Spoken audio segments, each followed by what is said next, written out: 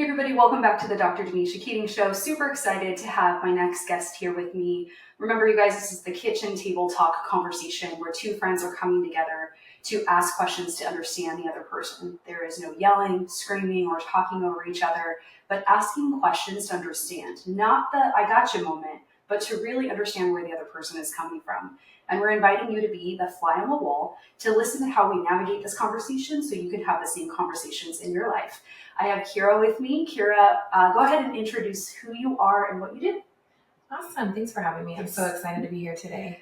My name is Kira, and I am a hairstylist. I own a hair salon in Corona, which you are one of my lovely clients. Yes. I'm so blessed to have you in my chair pretty often. I'm 43 years old. I am married and have two beautiful children. I love it. Okay, so we're going to jump into COVID. Because during COVID, you were already had your business open, and there was a lot of stuff that I think that's actually how I found you in the beginning. Right. And I was like, man, this girl is like going out there and she's like yelling and screaming at newscasters, and then you start to hear what you were saying, and it wasn't that you were just like, hey, don't mess with me. It was literally they were messing with your business and shutting down your ability to make an income. Right. And there is so much to that I want to unpack, because I don't think people realize why so many businesses, specifically within hairstylists, barbers, that they weren't getting PPP loans. So I wanted to talk with what happened and just like you just dig into that and share. Yeah, absolutely. It's such a huge part of owning a business for me. I was only, maybe 18 months old at the time. So I opened in June of 2018.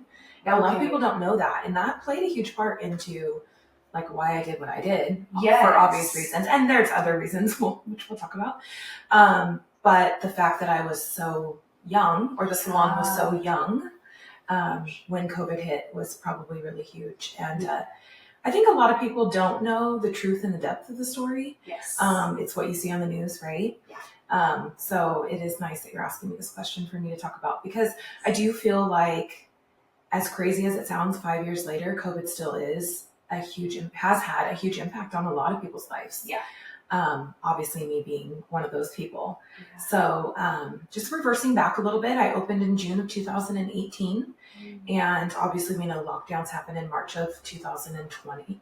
So when it all happened, of course, my thought was, okay, I got to do this, right? Like you think that you can trust kind of what's happening, even though I think I lean very smart politically, saw the writing on the wall, but I thought, okay, let me do this.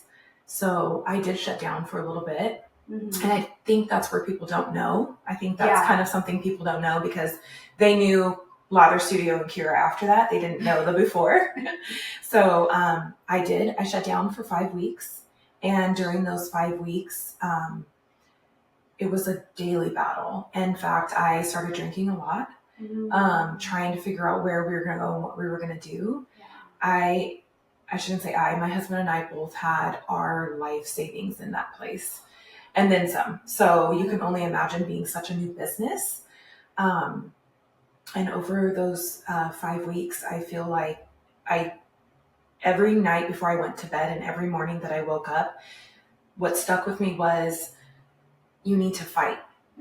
And towards the end of the 4th week, 5th week, it was like, I'm either going to go back and go big and open up and be loud and fight and pray. My thing was like, pray that other businesses would follow. Like that really what it was, a huge part of the reason why I went so vocal was, could you imagine if 50% of the salons in California or barbershops in California did exactly what I did? They wouldn't have enough manpower. It would have been so different. They wouldn't have had enough manpower to come after or do a lot of the things that they did. And so I had a conversation with my husband and I said, look, I'm sitting here drinking my life away and getting into a very deep hole. And it's not healthy and it's not where I want it to be. So I'm going to go and fight for our business. And if me being out there fighting hard, opening our business and facing whatever I face ends up in the end that we lose the salon or we have to shut the doors or whatever the outcome could have been, at least I fought, versus sitting at home, we would have lost everything. So if I would have listened to all of the mandates, guidelines, and the bullcrap, let's be real, we would not have Lather Studio today. Yeah. And so it would have been to me a loss that I guess in the back of my mind and going back and doing what I did that I didn't fight for. So I figured, well, at least if I go fight, right, and I lose, so to say, quote unquote, lose my business or have to shut down my business, I thought.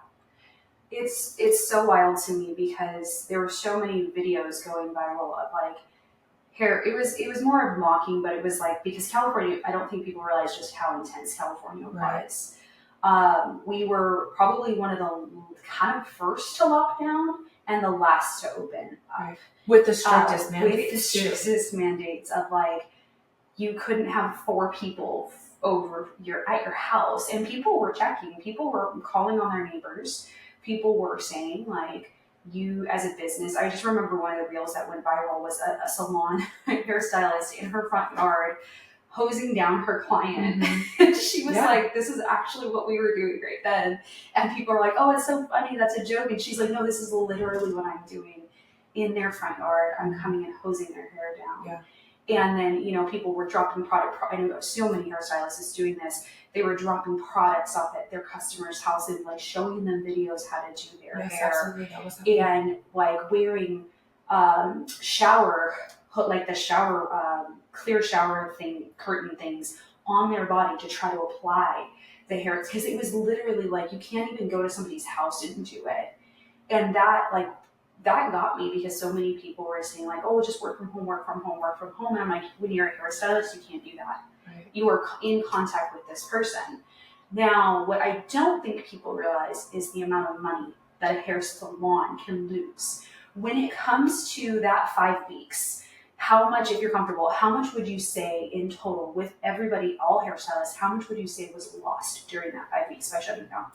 Me personally, or what I believe salons in general and stuff. Together. Okay, well, we have to remember too, like my landlord at, where I lease for my business, they had to pay their bills. So I had to pay them. Still paying rent. Yeah. I'm still paying rent. All of that. And I'm still, so my overhead is staying exactly the same. And so think about that. Yeah. You know what I mean?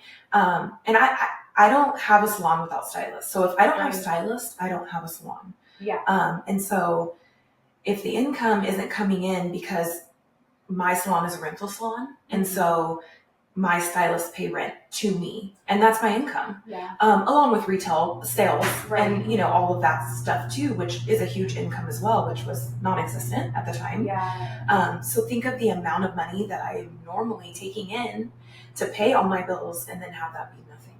Yeah. So I will say that I was very honest with my stylist and told them that they could work if they really wanted to. Mm-hmm. If they had clients that did want to come in, I was completely fine with that.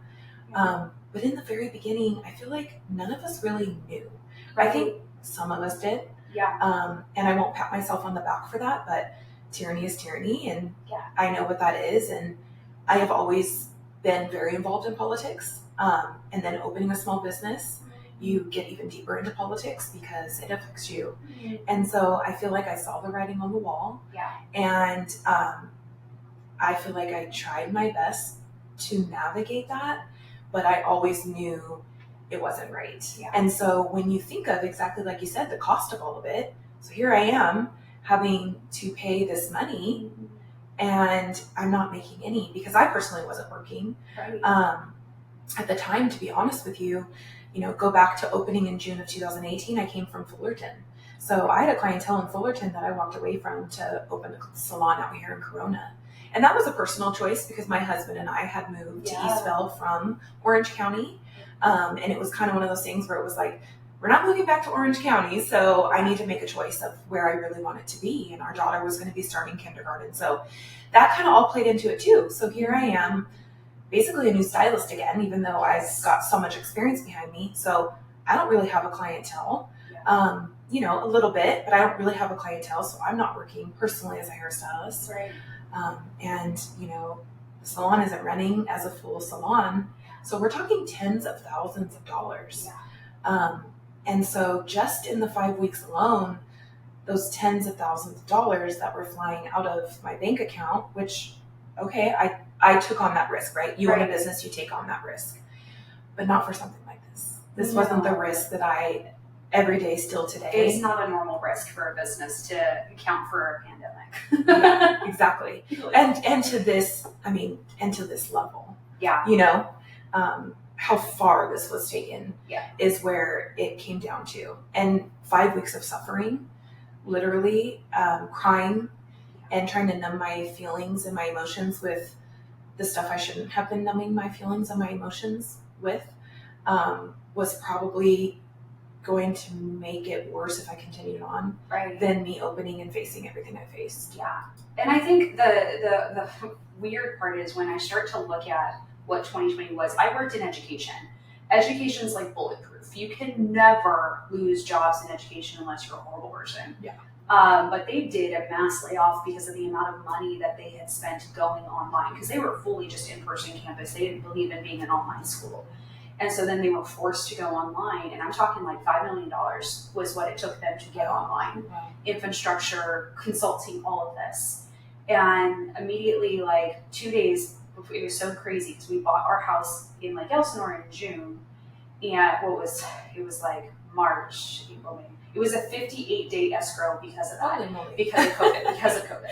And we ended up finally getting the keys 2 days before I lost my job. And they were like, by the way, you've been on the chopping block forever. But they were like encouraging me to move closer the months coming up to this. So I was like, man, I can't imagine what hairstylists are going through, because you have the fear of other clients where they're like, I don't want to go into a salon. And then you have people who are like, I really need to get my hair done because it's a requirement to look a certain way at work and not come in with raggedy roots. But then on the flip side, we're seeing videos of certain politicians having, and I called it, I see this ringlet, and I was like, she got her hair done. Yeah. I know that ringlet. I know that hair dye ringlet. I get that ringlet every single time I get my hair done. And newscasters were having it, politicians, and then you start to hear that their kids are still in school, that they're going in person, that they're not facing the same thing as us. Then you start to see them arresting people. It was a surfer on the beach by himself, and 4 cops are arresting him in the water because he was not supposed to be there. They shut down parks where in apartments, they filled it with sand, skate parks because they're like, you can't be out. They shut down amusement parks, which I was kind of like, whatever, but surprised by that. But I'm like, $1 billion company like that can handle it, but hair salons can't. The thing that shocked me was so many of my friends who were stylists said that they did not qualify for PPP loans because it didn't qualify for people who did gig work. So anyone who was a musician, anyone who took contract work or anything like that, including hairstylists, did not qualify for PPP. And that was where I think I started to see some turning. But what you had told me something a couple weeks ago where you said that a lot of the salons that had shut down during that time and stayed shut down are no longer around. That is correct. I know of a lot of salons in Riverside County alone. That's wild. And I can only imagine how many in the state of California and or nationwide. Yeah. We'll talk in the state of California because obviously that's where we live, and where my business is. And strictly we'll speak just Riverside County alone, just because obviously knowing a lot of places, it's horrible. It's absolutely horrible. And my heart goes out to those people. You know, we're talking some salons that have been open for tens of years. You know, and whether it was an owner's choice to decide to just shut down and move on, you know, or if it was more of a forced thing. And maybe the owner's choice was a forced thing because they got down to the point where they just couldn't, they were so far behind in finances, or they just didn't want to have to deal with the future of any of this. You know, it's horrible. It's absolutely horrible, because I know how hard my husband and I worked to have Lather Studio. And still to this day, how hard we work to have Lather Studio. And so when you take pride in something that you're so passionate about, you know, it's like there's passion behind being a hairstylist. And when you make it a career and you are good at it, like all of the stylists that are in my salon, they're amazing hairstylists and they're passionate about their job. So they look at it not only as it just the way that they make a living and support their families, it's something they're passionate about. Yeah. And so, it is a little different than owning a liquor store, let's say, or a little different than, having a laundromat. Let's just throw those two out. It's like, okay, I own a liquor store because it's a good business to own and I can make good money at it. But when you go back to speaking about strictly just hair salons and spas and barbershops, that's a passion. An owner behind that has the passion for that as a business. And so it's sad when you think about the amount of people that had to shut their doors, just hair salon and barbershops alone. And I feel bad for them. I feel horrible for them. I wish more people would have done what I did, to be dead honest with you, because as we sit here and speak today, Lather Studio is still open. Yeah. It is a very successful hair salon, and that is not just because of me. That is because of the 23 other girls that I have working underneath the roof. And I love every single one of them. They're amazing, and they are what makes Lather Studio Lather Studio. Like I said just a minute ago, without hairstylists, I don't have a hair salon. Right. They are my income, and they are what keeps Lather moving and going. Yeah. And so if they weren't there, we wouldn't be there either. Lather Studio's doors would be shut. So how amazing is it, not only that I did what I did, but that I had the support from my hairstylists. Yeah. And then let's talk about the clients. I mean, it's insane the amount of clients that we had. We had to stop answering the phone. And I think to myself back to that moment, and I'm sitting there, and all this is so surreal in the moment, right? And I'm getting phone calls left and right on my personal cell phone, and emails, and people reaching out on social media. And of course, a lot of them were attorneys. Right. A lot of them was media.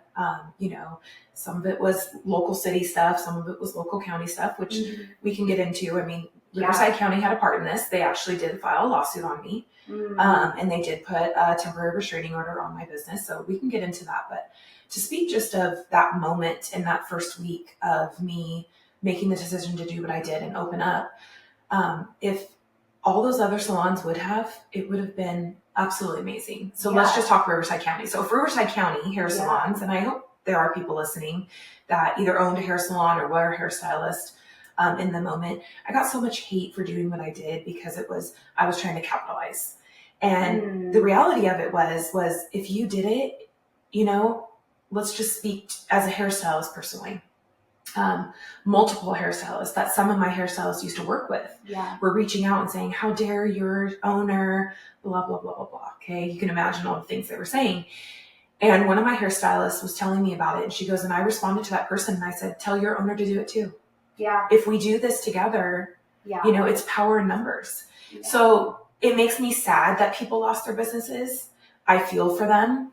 But I'm more sad that they thought they had to listen. And I think that is the reality of it now, 5 years later, is the thought in your mind of the tyranny, but now knowing the tyranny. It was tyranny. Well, and what was wild to me was, I think what got me was churches were shut down. Correct. And like my husband worked at a church at that point, and like we were doing setups like this where we just put mics and cameras down, and then it was like, okay, why are we doing this when bars are open and strip clubs are open? Like they were 24/7. Yep.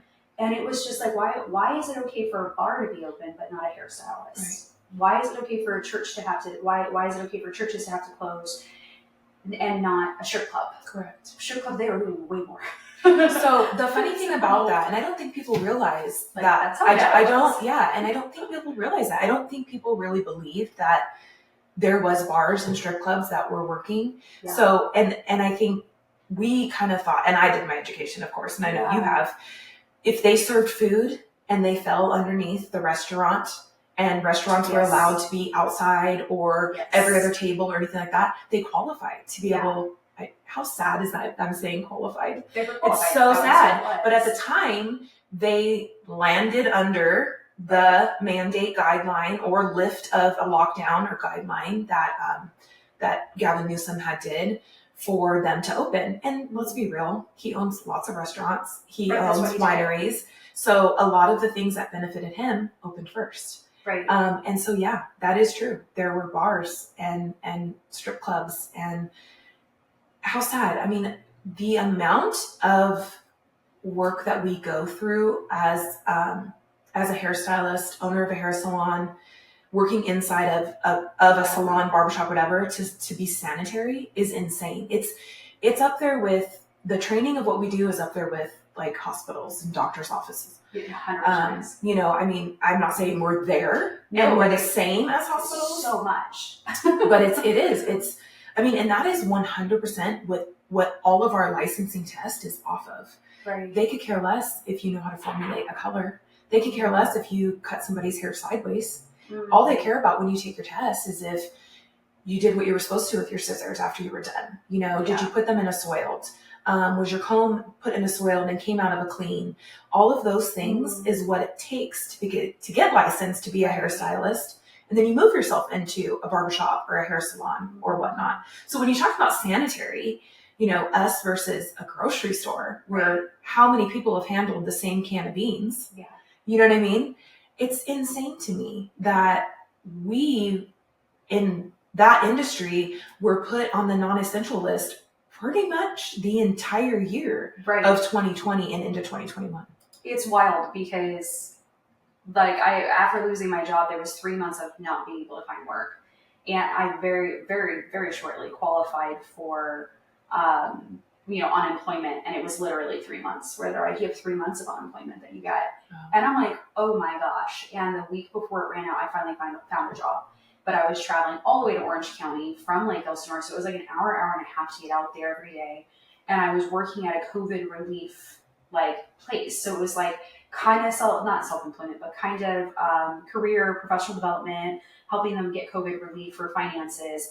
And we would have hairstylists call in and we had to deny them because they didn't qualify. And I was like, this is so stupid. Mm-hmm. Somebody else, he had a small business and he's like, I don't qualify for anything because I'm a small business and like, I don't qualify as like essential. And I didn't get laid off from somewhere. So he's like, I didn't get unemployment, even though I've been paying into it with like how I do payroll and all this other stuff. So he had shared a lot of frustration with me on that.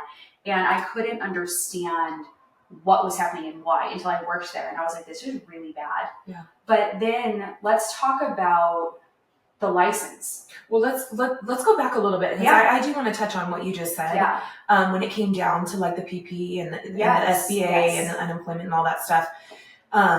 So I never qualified for an SBA loan.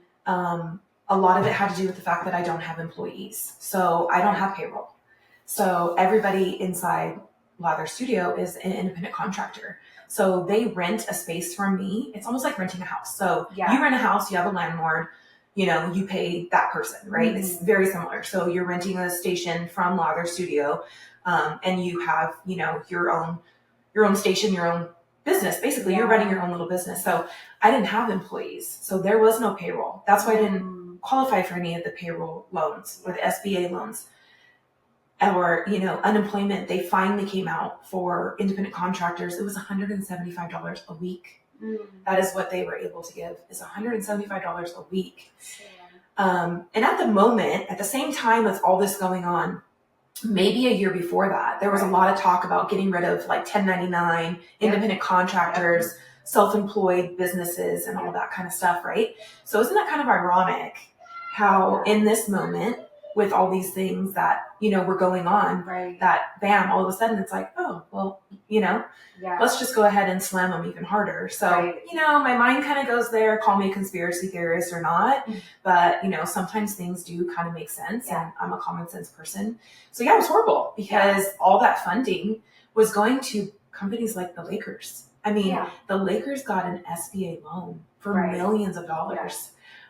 People that were in jail were getting unemployment. Like fraudulently, like it runs deep. So yeah, touching on that, like you said, we didn't qualify. And the reality of it was that the people that were qualifying for it didn't need it. No, and just so you guys know, my camera did die. That's why you can't see me on the camera. So just ignore it. It's totally fine. I knew it was going to happen and it's fine, but I want to call it out because people are going to be like, why are you not there? I'm here, I promise. But what surprised me when I got unemployment was like, I was told I'd get like $900 a week. And I was like, okay, that's okay. It's decent. And then it came back, it was like 4 something. But again, it was only high because they had like, ended up like saying like, oh, there's a COVID relief in addition to unemployment. But that literally ended 2 weeks after I lost my job. Oh, wow. And so it took like a month and a half to even get that stuff. What year was it that you lost your job? I lost it in 2020. Wow. So I lost so we went remote instead of March, we went remote in like April, and I lost my job in June in the smack dab middle of lockdowns. Yeah. I had over 200 applications out. All of them started coming back being like, hey, we closed a position. We don't know when we're reopening it. I was talking to employers like, I can work from home. Yeah. I can do this. I promise you. And then schools were just shutting down funding for these roles because nobody knew what was going to happen. Right. And a bunch of them, it was so crazy because even the schools started getting the PPP loans. And there was this excerpt that said, like, you cannot lay anybody off. Oh, but then by June, they had come in and said, without, like, if you can keep the position, if there's cause, you can let them go. If it's a financial disparity for you, you can let them go and you can still keep your PPP loan. The whole point of the PPP loan was actually to help keep your employees. Correct, to pay payroll. To pay payroll. Yeah. But businesses found loopholes, and they purposely put loopholes in it so that they could lay people off and show like there was a financial thing, issue happening. So they still got to keep the PPP while doing mass layoffs for many, many, many organizations and schools. Wow. So I was like, this is kind of dumb. But it was just one of those situations that so many of my friends had been posting who had been doing gig work, people who worked at like Wingstop. They were like, well, we don't qualify as like a business, like a restaurant to do outside. Like it's our store is too small. We can do to-go orders, but we can't do this other thing. But then it was like, we were like in full just lockdown, shutdown. And I think that's what people don't understand is like, so hairstylists were literally posting like, look, I don't qualify for this. And people are like, well, that's your problem. And it's like, what are you supposed to do when your mortgage or rent is due the following month and you have no money to pay for this? How many times I heard during that whole entire time where it was the, well, that's the industry you chose to work in. That's the career you chose. And, it's really sad how nasty a lot of things got during that time. People got nasty. They got nasty. Horrible. Yeah, people got nasty. So you said that you also got attacked by, like, people were sending you messages of just like, hey, comply, stop doing this. What were some of the other things that they were telling you about that? We were getting phone calls and my receptionist was answering the phone and literally people were just like, I hope you guys all die. There was the amount, I stopped reading comments, let's be real. Yeah. When you get to that level and you see people that are taking it to that level, I guess I would say, and people are posting all these different things that they're posting on any of your, any of the posts that I did and the comments that kept coming, I just stopped reading because it was at that point where it was like, why do I care what anybody else thinks of a decision I was personally making? Yeah. So to me, I felt like it made more sense for me to just ignore it than it did to read it and then get really mad because I'm a fighter. And it wasn't worth it. And so, I had so many people talk about like how they would wish I would die or people in the salon would die and how dare you spread this disease. You're killing people. You're a murderer. But then on the flip side, the amount of support that we got outweighed all of the bullcrap that we were getting. And so, when people were showing up to my hair salon and just coming in to say hi and say, we support you, thank you, donating, people were donating and giving money towards, at the time there was, and like I said, I think I know you're going to get into this, but at the time there was legal fees, that ended up happening because I hired an attorney. And so people supported like no other, insane. So I didn't listen to the bullcrap. I stayed focused on exactly why I did what I did and what I did. And I steered away from all the chatter. And I think when you go as loud as I went, that's what you had to do. And if you didn't have a backbone to do that, or if you didn't have the backbone to either listen or stay away from it, then you should never have gone to the level I went. So take me to the level of what you went, because I don't think people realize how far you had to go and why you had to go that far. Right. So I could have ignored media. Mm-hmm. I definitely could have, never gone on a podcast or any of the radio shows or, as, people were showing up, in the parking lot, ABC7, Fox, all these different people. I could have ignored it. I didn't have to go in front of the camera. But I like cameras. And so why not, and again, I'll be very honest with you. My number one reason was because if what I did could encourage even 5 businesses and then another 5 businesses and another 5 businesses to see the writing on the wall, is really why I did what I did. Yeah. And then the second reason was because I was 100% not going to be told what I should and shouldn't do when it came to my livelihood and 23 other people's livelihood. Right.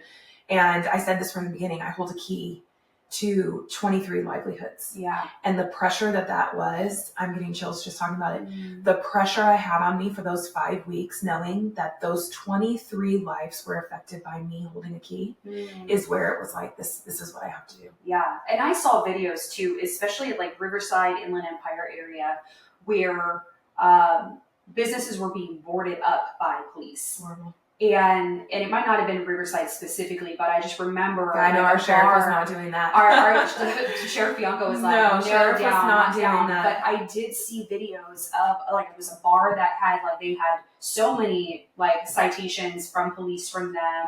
They were getting sued by their county and their city. Are we talking about Tim Horn Flats? That was in Burbank. So, yeah, in Burbank. Yeah, so he is he's still in court. Oh, is he? He is. So his attorney is Mark Garagos. Okay. So Mark Garagos is defending him in court. Okay. The city of Burbank, from my understanding last year, dropped all the charges, but they are moving forward with court to sue the city of Burbank for what they did. Good. They cut their electricity off. They did. They put fences around, boarded up.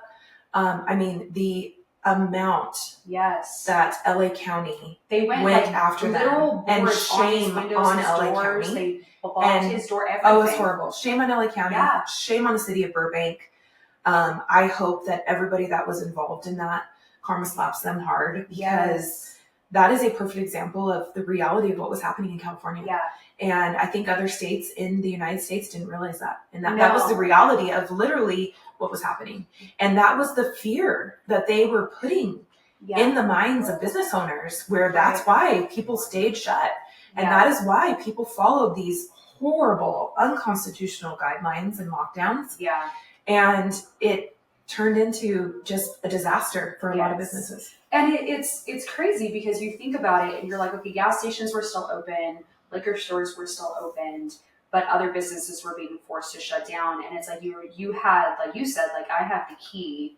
And then Sheriff Bianco came out and he's like, hey, we're not wasting our time on shutting businesses down and holding them. Like, they need to do what they need to do. We actually need to go for criminals. He's like, we're not going to arrest you. And I saw the video and I was just like, oh, I wish we had this. Yeah, he was at the board of supervisors. He was like, no, I'm not going to arrest somebody for walking down the street without a mask. I'm not pulling them over and giving a cite. That is a waste of our time, while we have other people breaking into places and holding people at gunpoint right now. Like, I think they had said like it doubled or tripled. Crime had doubled or tripled in California during COVID, because there were stores and businesses unattended and they were going in and taking what they wanted and leaving. And so it was like, it was 100% tyranny. And I remember like watching people who were walking, getting pulled over. And I'm like, I'm by myself. Like, why am I wearing a mask outside while I'm walking? And it made no sense to me. Right. But that was what was being forced in this. So as a business though, when it came to what the city was doing, it wasn't just like, okay, you open back up. What was you had the city come in and start signing? Yeah. So the day that I opened, actually I take that back. The next day after I opened and buzz got out in the city, that I had opened the doors.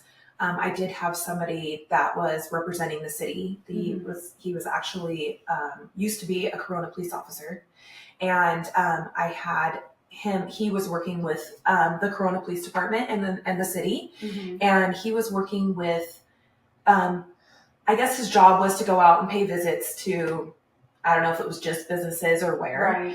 Right. Very cool guy. I mean, this guy was so cool, and he came out. And he had this little pamphlet, and he talked about, more or less, I guess, educating me on what the lockdowns meant and the mandates. And, I'm just coming out here to educate you on, the social distancing and this. And the way he was talking, it was the best. It was the best because the way he was talking was very, I'm just here doing my job, I'm forced to be. I ended up having like a 20-minute conversation with him. He was a very, very nice man. And I asked him, I said, well, what is the police department, going to do? And he said, nothing. And I said, okay. And he goes, but, we are different than the city. So the city obviously has their choices. Yeah. And I said, okay, well, I'll face those when I need to face them. So we had our conversation, he left. And then one of my hairstylists personally knew the mayor at the time, Jim Steinman or Jim Stein or something like. I can't even remember his name. I apologize for that.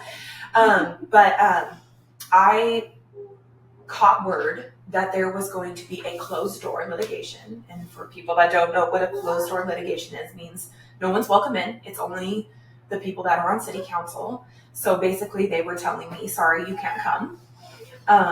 But I got wind that there was going to be this closed door litigation specifically about my business being open and what they were going to do to it's totally fine. My daughter just entered the chat.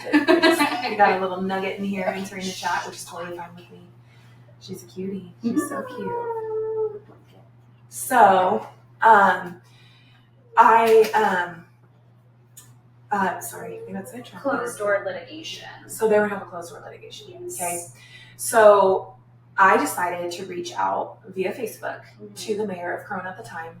And I said, hey, I've heard this. And I sent some documents that my attorney at the time had said, send these off and say this. And, I wrote what I wrote and said what I said. And I actually got a response from him. And he said to me, go ahead and send all of that to all these emails. So he gave me the emails of all of the city council members. Okay. And I sent that there the night before they were actually having the meeting. So it was that Friday. So open on Monday, saw the gentleman from Corona PD on Tuesday, and Thursday found out about this closed door litigation.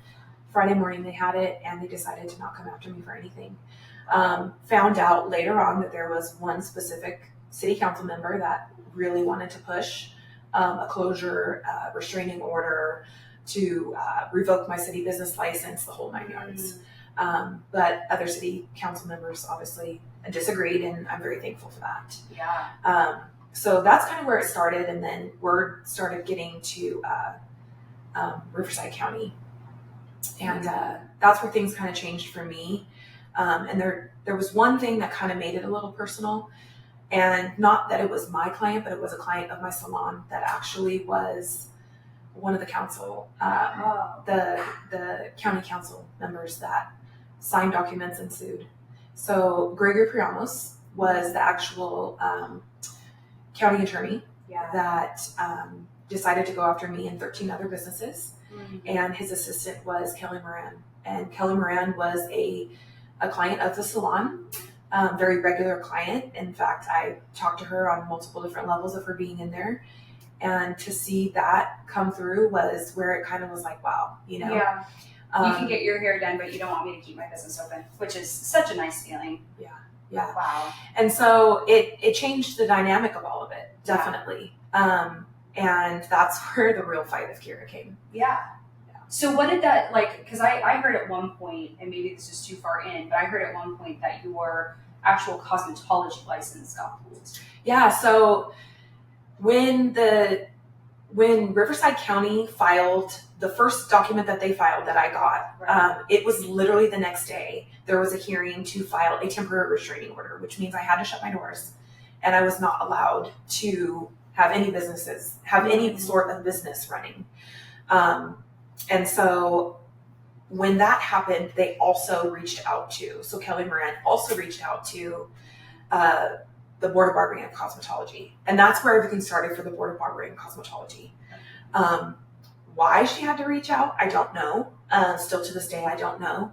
I do have, because you go through court, you subpoena documents. Yeah. And a lot of things come up when you go through court with exhibits. So I do have all the emails of what she had written in her correspondence with a lady by the name of Jennifer Pacala that worked for the Board of Barbering and Cosmetology. And I love having all that because it's very surreal when you see what other people were saying about you and your business. And so, but again, still to this day, I don't know why she reached out to them. Yeah. There was nothing legally that was stated and or written in her job title that said she had to reach out to the Board of Barbering and Cosmetology. Right. And so, that to me was a personal choice she made, and I'll never be able to swallow it.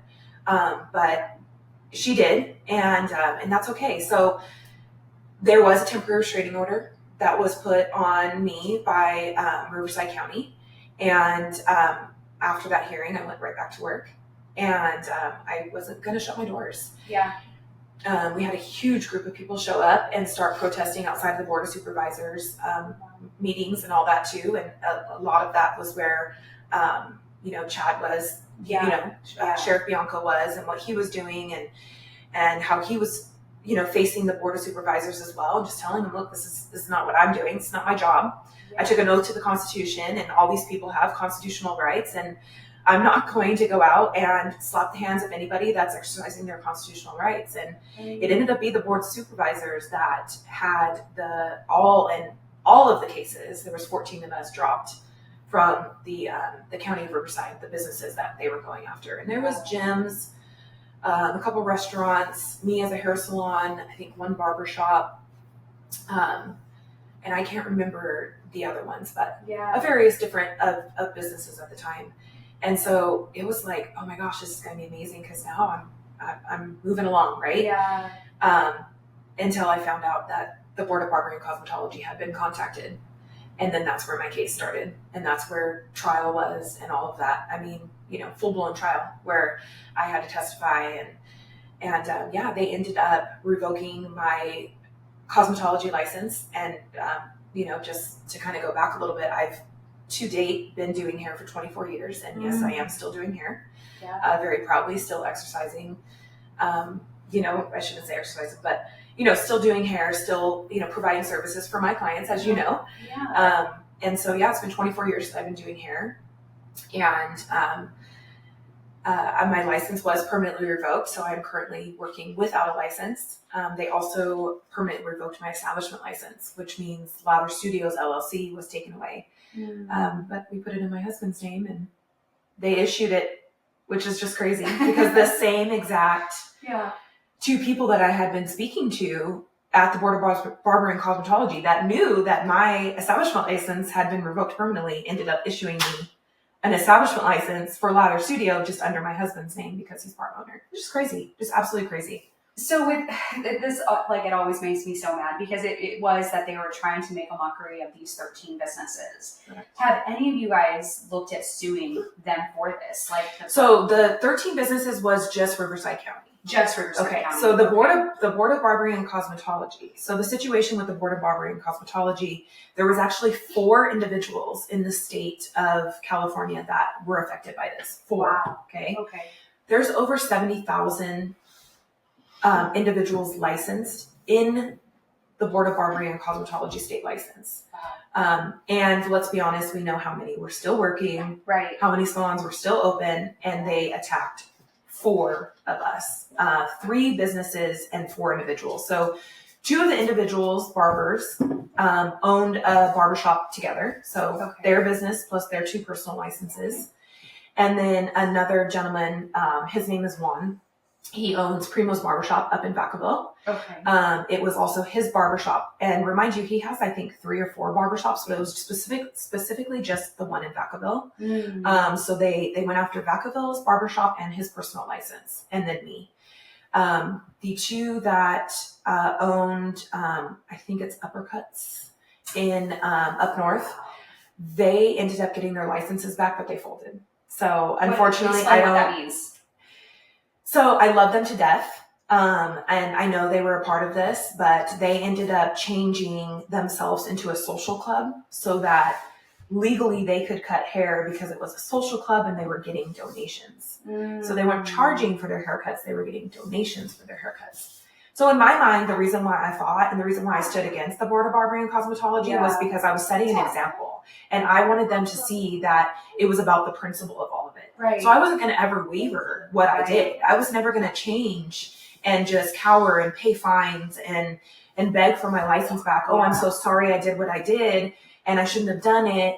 And let me just say I'm sorry just so I can get my license back. No, I'll work the rest of my life without my license if it means that I'm still going to stand strong on my 2 feet and not give in. And that's what Juan's doing too. And him and I are still very great friends. In fact, I think it'll be a friendship for life.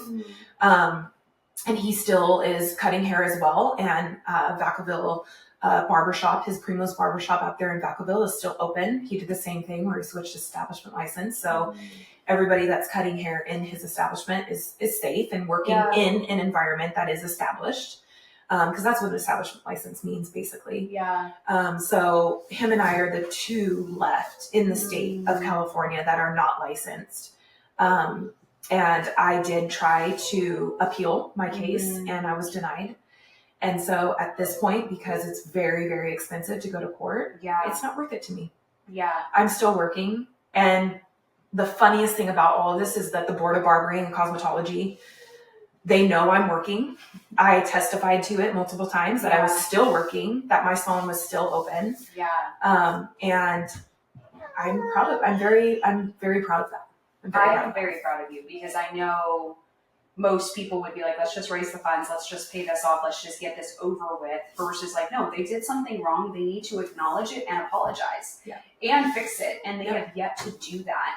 And I do think it's just, I know I talked to Sheriff Chad Bianco and he's like, they were trying to make a mockery out of the ones who were the loudest. And so they were trying to say like, we're going to target these people because if we can show people that they should not go against us, others will follow suit. Absolutely. And that's where the tyranny is that that's what it was the whole time. You know, you're saying, well, I get to tell you when you can and cannot go to work. I can tell you when you can drive on the freeway. I still have in my car the note that I had to take around so that people knew that I was an essential worker after I got the job in Orange County. And I found it the other day and I was like, this is so crazy that my name is on it. And I was like, I'm keeping this for like proof. Like this was like, I had to show and go to this extent as if like, it's just so it's the reality of it. It almost doesn't feel real anymore 5 years later. But I started my business in 2021 and it was like, okay, just FYI, you have to know all of these things. And like, one of the big things was just, if like, are you working from home? Are you working in an establishment? You have to talk to the city, get approval to be open. And it was just like, thank God I'm just working from home because this is ridiculous that there's all these extra hoops to jump through. But the biggest one for me has been the unemployment stuff has gone up every single year because the state of California has overspent in unemployment from 2020 and like 2020 to 2023. And they have said like, oh, as a business, if you're running payroll, you have to pay extra so we can catch up. And I'm like, that's like, what? And that gets me because I'm like, as a new business, I'm covering for businesses that screwed up and left the state that they're still trying to recover from. So let's talk. Well, and that goes with taxes. The taxes are high. And that's why a lot of people are like, don't, like I had people telling me like, don't establish your company in California. Have someone establish it out of state for you and then just, you know, say that you're working remotely and then like do this, this, and this. And I was like, that's so shady. And they're like, that's the way around it. And I'm like, I can't do that. So when it comes to, so you still don't have the cosmetology stuff they're still saying like, are they saying like, hey, pay this amount and you'll get it back? Or so I have like, I want to say I have like $18,000 in fines. Oh, wow. But the funny thing is if I don't hold a license under the board, how do I have fines? You took my license away. So how do I have fines? You can't fine somebody that's not licensed under your board. So it's very, I think now I've gotten to a point where I just laugh about it, you know? That's all you can do. It's all I can do, you know? It's all I can do. I began a very good friendship with Chad Bianco and Denise Bianco during a lot of this. And Chad has been an amazing support. I mean, and even not just on a career level of support as him being the sheriff, but on a personal level. You know, on a personal level, he has definitely been there. You know, if I have questions, he's always answered. You know, he reached out, you know, to our governor and our AG and kind of tried to say like, hey, this wasn't right. And I think now being 2021, 2022, like you guys can change this and make it right. And it backfired on him, which was sad because, they brought up stuff during court about him. He wrote a support letter. It was one of my exhibits in court when I did my appeal. And, while I took the stand, it was, so I see in one of these exhibits that you have the support letter from, your sheriff, Chad Bianco. I'm like, yes. And they said, well, are you under, do you understand and, or are you, I can't think of the word, but do you know that he is under investigation currently? And I said, yes.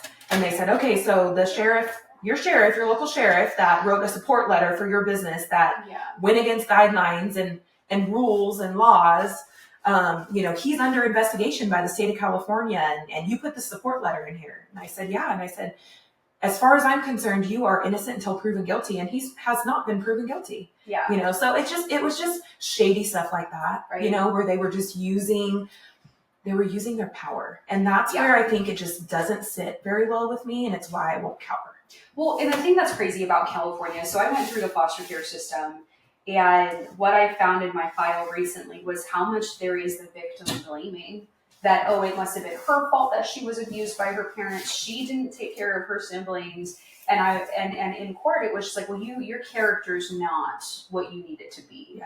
Are you sure, like, you want to try to come at him for it? Like, he's a grown man or she's a grown woman. Why would she hurt you? Right. And I see that from the top down, where it's just like they're going to go at anybody. They're going to do a character assassination. They're going to sit here and be like, oh, that's the person you have on your team? Okay, but do you know and are you aware of blah, blah, blah, blah about this person? And it's like, let's talk about Newsom. Like, let's talk about all the crap that he's done and all the shady things he's done and how he sits there and pretends to be this really cool guy. He can't stop flip-flopping his answers just to try to get a win. So it's like, if they want to sit there and play that game, we can play it right back. Absolutely. But it's only ever for what they need it for their agenda. Right. And I know during that time, like, there was so many people who were willing to call the police and make a report on someone having 4 people in their home that I'm like, do you have nothing better to do with your time outside of snitch? Right. And then it's like, today, like, we have a lot of this stuff going on with like ICE raids and people are like, oh my gosh, you would be the one to call on Anne Frank. And I'm just like, you were the one who did call on people for something innocent and wanting to get them arrested or get their business shut down. Correct. And that's like, it correct. But let me correct you on that a little bit though, because you said for something innocent. ICE raids, they're not innocent. Right. So let's clarify that. And we can get into political stuff, now that we're steering ourselves that way. Because I love politics. Yeah. I know we align very well in politics. But, when it comes to the ICE stuff, since you brought it up, I'm going to go ahead and talk about it. When it comes to the ICE stuff, the reason why there is so much chatter about it is 100% the media. Yes. Because this has been going on in the United States for tens and tens and tens of years. Okay? Well, and especially in California. Decades. It's been going on. And if people don't know this, we're going to say it now. Under Obama, he deported 3 million illegal immigrants. 3 million. Yeah. I think we're barely at 1 million with Trump. Right. I think. And I want to say, and correct me, I don't know. I believe it's 1 million. I believe it's 1 million, but I think it's even a little less than 1 million. Yeah. And that includes his 4 years. That includes, this term and his last term. Thank you. So that includes 2026 win. Or 2016 win. Okay? You're going to make some people upset. Right? They're like, 2026. So his 2016 win to date, obviously minus the 4 years of our horrific, Biden administration. And so the only reason why is because, number one, under Biden, the amount of illegals that literally crossed the border, welcomed in, literally welcomed in, they are now going and deporting them because they are illegal, and illegal means that they're not legally here. So they broke the law, period. But what people also aren't realizing is the ones that they're being so strong about right now have rap sheets like no other. Yeah. Or they've been deported before and have been said they can't come back, and they've come back 3 times. Yeah. Or whatever the case may be. And that's where people don't want to get it. They just want to read a headline and then feel sorry. And we see that, and the thing that frustrates me so much, so there was this video from 2016. It was a foster family who tried to put pressure in California on CPS to keep their foster kid that they had with them. They knew she could not be adopted by them. They knew she was not going to stay with them, but she was there with them for 4 years.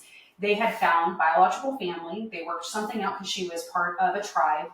That they did a DNA test. They did all of that. And yes, there were some shady things of like the state being like, hey. Was this in like Colorado or Arizona or no, something? It was in California. It was in Orange County, California. You know and what? He I was remember like he calls all of his neighbors. He calls all of these news stations and he's crying.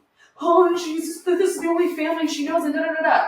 Fast forward to 2025, someone who is Native American and was a foster youth puts a video together. I don't know if he put the video together or not. It has his signature on the video, and it's a bunch of clips from 2016, 2008 of ICE raids or deportation facilities. And he's like, look at this father crying that they're taking foster youth from their home. Mm-hmm. Then a week later, and I'm like, look, that's not ICE. This is false. Yeah. This video has 5 million views within 3 days. This is false information. Then a couple days later, there is a boy that was found in Florida, a 17-year-old boy in Florida, who got picked up because he was not underneath foster care. They had found him living in somebody's shed in their backyard. So the family calls, there is somebody's living in here. They pick him up, they put him into foster care, find out that he's actually under the U.S. refugee program. And they're like, okay, you've been on your own for 3 years. Right. From 14 to 17, 3 years ago, his mom was deported back home. They decided to keep him here with a family member. Harper, put those down. Sorry, she's picking up weights. My little weightlifter. They decided for this boy to keep him with a family member. He got into a fight with them. He then went and put himself into a group home, got kicked out from the group home in Texas, ended up in Florida in 25. So they said, okay, foster care picks him up. Then foster care says, okay, we already have an established relationship with you. We already know what's going on. We're going to go ahead and say that it's no longer safe for you to be here without your parents. It is time to take you back home. Again, social media blows up. They say, oh my gosh, they're deporting a foster youth. And I'm like, no, you're not deporting a foster youth. You are literally lying about the situation. But the truth is not getting out there as fast as the lie. And that's what baffles me. I call people that do stuff like this is they educate themselves by headlines. Yes. You know what I mean? They want to believe that what's in the headline and the first paragraph is what the whole story's about. Right. And so it's not necessarily about what's getting out faster than not. It's about the fact that people don't educate themselves. That's really what it's about. Like you said, the headline. Which is so wild to me because I'm just like, did you even read the story? Did you even dig into the information? And people like on my videos that I share just about my story, they won't even read the description. And they're just like, well, what happened? Like, did you read the description? I don't have time to read. And I'm like, and you're the one voting? Right. That's terrifying to me. But it's true. People don't educate themselves and they take it off of a hit piece of a reel. And they get so emotionally upset that it's just like, again, you can see time and time again that the people that they are showing, the majority of these people are actually hardcore criminals. Yep. And people who have raped kids, molested kids, murdered people, not just here or other places. Sex trafficking, drug trafficking. All of these things. They're part of, the big gangs and the cartel. And we're not talking about weed, man. Like, this is like hardcore drug, fentanyl drug. Let's talk about fentanyl. Yeah, human trafficking of children, women, taking people from their homes and just kidnapping them and then selling them. Like, people don't, I think people are so desensitized to what is true that they're just like, oh, what? So they should get a free chance here. I'm like, that's not what they're looking for here, folks. Like, they're looking to come here and do exactly what they're doing. We saw that I think it was in Colorado. It was the apartment where a gang had taken over people's apartments. They just came in and like that the Antiguas. Yeah, and that was like one of the first groups that they found, and they were like, hey, here's video footages from people's rooms showing that they literally just came into somebody's apartment, took over their apartment, and it's a gang. And then they finally were able to deport all of them within a couple of weeks of the Trump administration being in. And I was like, I can't even imagine. And the craziest part about California is we have a squatter law that allows people to do stuff like that, where they can come into a house that doesn't have the president in it right now and take the house and say, look, here's toilet paper that says that I have a mortgage here. Right. And we've seen that happening that's why so many people got rid of their Airbnbs. Yeah. Was because they were like, we're done, because this guy rented it out for 2 weeks to this other guy, and he came to like switch the keys after everything was done, and the door locks were changed. He calls the cop, and he literally said on toilet paper, this man had written out that he was the new owner, and the cops were like, you got to go to court. I was like, are you joking? Well, you know what's really sad about that? Like, let's get into California and like what we have coming up for us in 2026. Yes. The sad part about what you just said was that is Sacramento. Mm-hmm. That is not our police officers. No. That is not, the sheriffs. That is not, the local courts. That is these laws and bills that are being passed up in Sacramento that our governor is signing yes that our governor is signing yes to, and allowing these people, like you just talked about, to get away with that. Yeah. And then the sad part is like, okay, so for instance, if I own a home and I'm renting it out, and this happens to me. So I would never do this, because I would never blame the police officers that came, or whoever would show up, right? And usually it is like our law enforcement. The law enforcement comes, and it's like their hands are tied. Yes. So they show up to this property, and the homeowner's standing out there by their car saying, this is my property. I've been trying to get this guy. He's homeless. He's living here. He only paid 2 months rent. He's been here for 1.5 years. The courts are holding me up.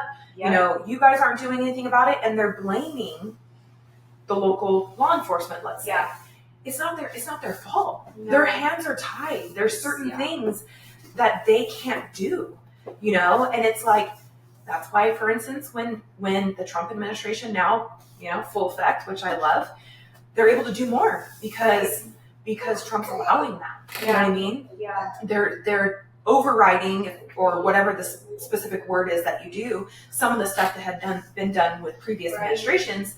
Now they're coming back and saying, oh no, we're going to actually file this executive order to basically say, get the heck out to that executive order. Yeah. And now it's making it a little bit, more fair, or let's just say common sense for law enforcement to do their job, Yeah. And it's like, I see it all over the internet all the time, especially in California. I mean, we still have it very rough here when it comes to the ability of the things that our law enforcement is able to do. And that cracks down to different counties too. You know what I mean? So you're going to see it worse in LA County versus for Riverside County. Right. Aren't we so blessed to live in Riverside County and have what we have, And so that's the sad part too, is like, dang well that those officers that are, or deputies, officers, or cops, whoever are showing up to those, those calls, dang well that 99.9% of them want to do exactly what that homeowner wants them to do. Well, and they'll say it. They're like, we know that this is utter crap, but you have to go to the court systems because that's the only way you're going to win. And they keep pushing you out 60 days year and a half. You got to file this first, and then he has to be served. Well, they don't answer the door. Well, I don't know. You got to figure out a way to serve them. That's so wild. And it's a mess, one mess after the other. And that's why 2026, I think, is so important for us as California, because it is, I think, Sheriff Bianco actually said it at his, like, when he launched his campaign, where he's like, this just gives us more time. If we can get someone like a Republican who's actually going to do their job in office. Right. It just gives us a little more time to start fixing the issues, because it has been decades of California just running down a freaking hill going, it'll be okay. Yeah. And it's not been okay for a long time. Yeah, like absolutely. Most states have gas prices at $3.50. Ours has been at $4.50, $5, I think like $5.50. You go into $6, LA County, $7. I mean, LA County, it's like crazy to me that LA County is charging like $8 a gallon. Yeah. And it's like LA County. I mean, talk about poverty. I mean, I mean, don't get me wrong, you've got the nice areas in LA, right? The celebrities and all the rich people have, but we're talking deep in like downtown LA. You go to a gas station and you're like, wow, I'm gonna pay $8 a gallon. I mean, and that is the reality. That is true. Look it up. Fact check me. Yeah. That really is the reality of what's happening. And this gas tax bullcrap that's going on with our governor it's not going to what. No, it's July 1st. It's a tax. It's just another tax. I mean, and Bianco has said this. I mean, Chad has come out and said the day he comes in, it's gone. It's gone. There's no reason for this gas tax at all whatsoever. It's not going to our roads. 65 cents in addition to that it's incremental, where it's like years from now, and that's how Newsom always works. And I call them noodles because I heard it from like California Underground, and I was like, that's funny. That is actually really funny. Yes, noodle arms. Everyone says Newsom, so I guess noodles is good. I was like, noodles is pretty good. Yeah. It's a new thing, because Newsom, I'm like, that's just weird. But noodles, it's just like, dude, he purposely, if you look at anything of what he does, he always has it in increments. So it's 65 cents now, but what is it going to be in 4 years from now when he signed on? He tried to do a mandate in California to say that all Californians had to have an electric car. No family can afford that by 2035. He also then signed some things that it was so crazy because people were praising him for this. He signed some stuff into law to give a bunch of money toward foster care kids, and the year after signed it out. So it was just to get this big praise. That's news to me, girl. And then he went like a year later and was like, oh, we don't have the funding for this. And they were just like, but you just signed this in. And then you start to look what he's signing on, and it's years from now. Mm-hmm. So they had signed in 2022, they had signed some stuff in for foster youth getting money if they were under kinship or guardianship of family. Okay. But by the next year, by 2023, he took away all of the funding for the schools. So it was like, you just screwed over this stuff. And then one of the things that was on the chopping block was Medicaid for foster youth, saying like, if they're over 24 years old, that they should be able to get this. And I'm like, if you're still in school, you don't have that ability to go get insurance. It's just a reality. Right. And you're independent at that point. But he's like, it's kind of like he flip-flops all the time based off of who's giving him money. And we know that that's for a fact. Because like, you don't sit at a freaking, I call it dirty laundry. My husband, it was like, that's not what it's the French laundry. Yeah. I'm like, it's dirty laundry. Yep. But I was like, you don't sit at a restaurant like that and not tell me that you're a complete jerk to people, and then be able to have dinner. Did you listen to any of the Sean Ryan podcast about how he talks like about that? Did you listen to anything? No. Okay, so I can't get through all of it. I do like that Sean Ryan, like specifically when you look at it, he'll specifically tell you what minutes and what I love that subjects. So like it'll tell you like politics and this and all those different things. And the part about the pandemic actually happened to be closer in the beginning of it. So of course I had to listen to it. And on there, he full on owns that. He full on says, I should have never done that. That was not right. Cute. I was wrong. And I'm listening to it, and I'm thinking to myself, he's talking about it. So now he's obviously owning it, that he knew he went there. Yeah. He knew that it was not right. He knew that, restaurants were closed and all the good stuff. And here he is owning it. And just the way he's talking, and he's even talking about it so arrogantly, like almost like he's proud that he's owning it now. You know what I mean? I'm like 5 years too late. 100%. Because the only reason he's doing it is because he's going to run for president. 100%. And that's the problem that I have with him, because I saw a video where, in that same video with Sean, it was kind of funny because Sean gives him a California regulated gun. And he's like, oh, thank you. And I'm like, you're just such a fake dude. 100%. But then I saw a clip. I know that one of the main pastors, John MacArthur, just passed away. Yeah. And someone shared a video of MacArthur actually calling Newsom out and saying like, hey, if you're a practicing Catholic, when it comes to same-sex marriage, like the Bible says, and he's like, oh, I'm not going to get theological with you. And he's like, it's not a theological thing. It's not. It is literally in the Bible where it says a man marries woman, and that's what God has ordained as good. And he's like kind of like rolling his eyes. And I'm like, you have not changed. And I said, at least you're a consistent flip-flopper.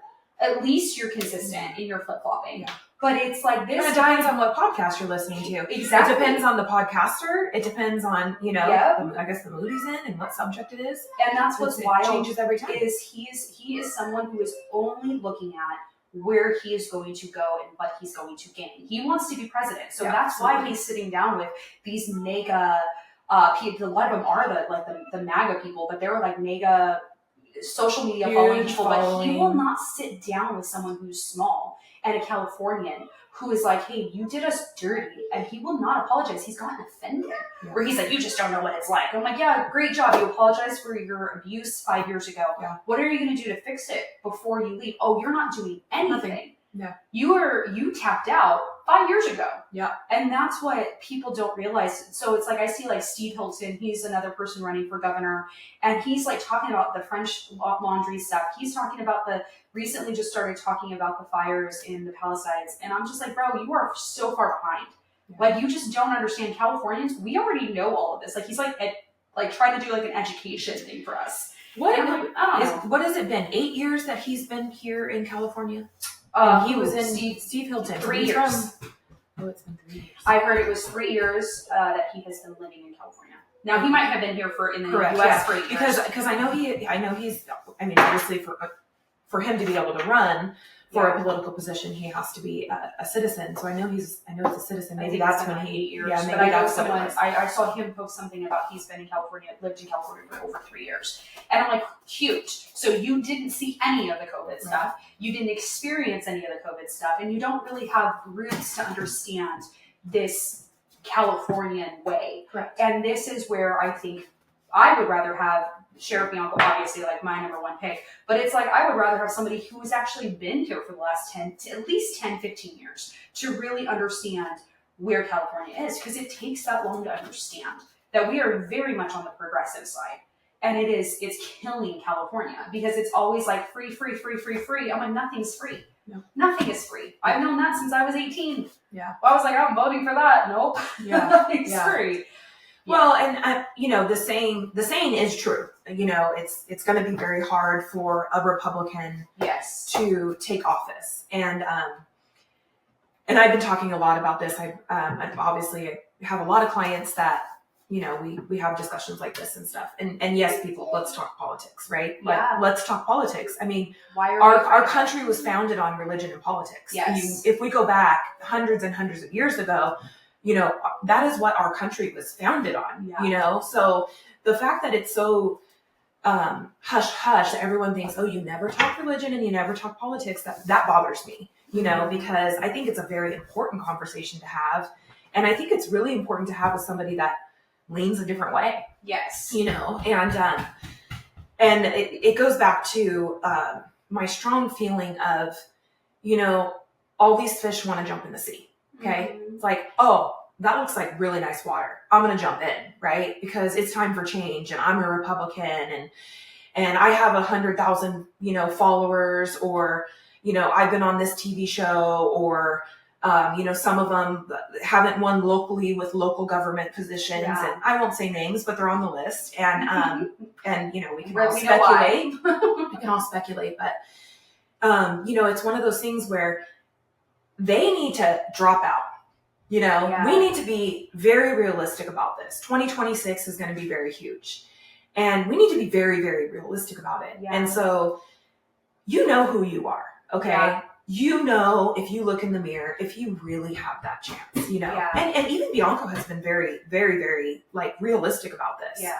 I'm going to tell you he has a chance, Yeah. And I'm not just saying that because I look at him as my friend, or just in general somebody I know. I'm going to tell you that because I vote by policy. I don't vote by personality. I don't vote by the person you are. I vote strictly on policy. Yeah. And so that's why I, in my heart, know that he has a huge chance, and a lot of people are behind Hilton, and that's great, and I hope that the reason why they are is for the same exact reason why I'm behind Bianco. Yeah. But all these other names that have got themselves into this, because they want to be able to say, oh, I ran for governor, or whatever their reasoning is. They want a bigger platform, or they have a platform, but it's not really political, but they want to now be political. Whatever it is, it bothers me, because if you realistically want California to be ran and be red and ran by a Republican, you need to go away. Yeah. And if you had any heart in truly, truly, truly believing in politics in California and how hard it truly is for Republicans, then you should really think about that. Yeah. And so to me, I feel like it's a selfish game a little bit. Yeah. You know, if you're running as a Republican or an independent and you know that you really don't have that shot, why are you doing it? You know? Well, and what people don't realize is that when there's 5 candidates for Republicans, it splits up the Republican base to 5 different people, and everyone on the Democrat side is like, we're voting for this one person. That's why it's always 1 or 2 people, and it's not as split as all of the Republicans are. But where I have seen a shift in, 4 years ago, me and my husband talked about it, where I was like, there's no chance that Newsom is going to get recalled. We still voted. We still took the time to do this. Yeah. But we're like, we know this is not going to happen. We're not there yet as California. But when I saw the map during the 2024 election. Amazing. And California, like I went and found 2020, and I was like, holy crap. 18 counties. 18 counties flipped red. Mm-hmm.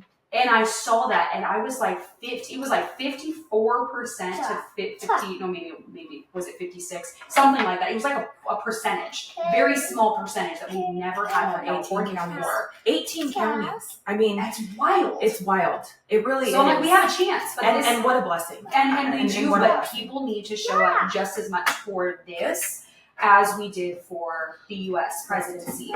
And I think that's where we have always failed. I'm watching so many different people talk about this online where they've said, like, look, people are sleeping when it comes to who your governors and mayors are. People are not voting. And it's like, okay, well, I didn't even know that we had like a special election in Riverside County a few months ago. And I was like, where was this information? We always get stuff to our doorstep. And it's like, oh, there are people actively trying to hide this. We see it with post office.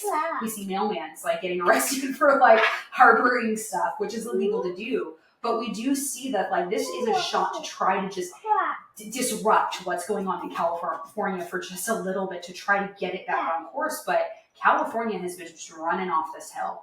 And I'm like, 2026 is going to be a make it or break it for most Republicans in California, where we're going to say if it does not change, like I already know a ton of people are like, we're staying until 2026. We're hoping and praying and telling everybody, talking about politics, talking about what we need to vote for, not being afraid anymore. And we're going to kind of get annoying for people to wake up and be like, this is too important it's too important to miss. But if it doesn't change, we have to go. We won't survive here.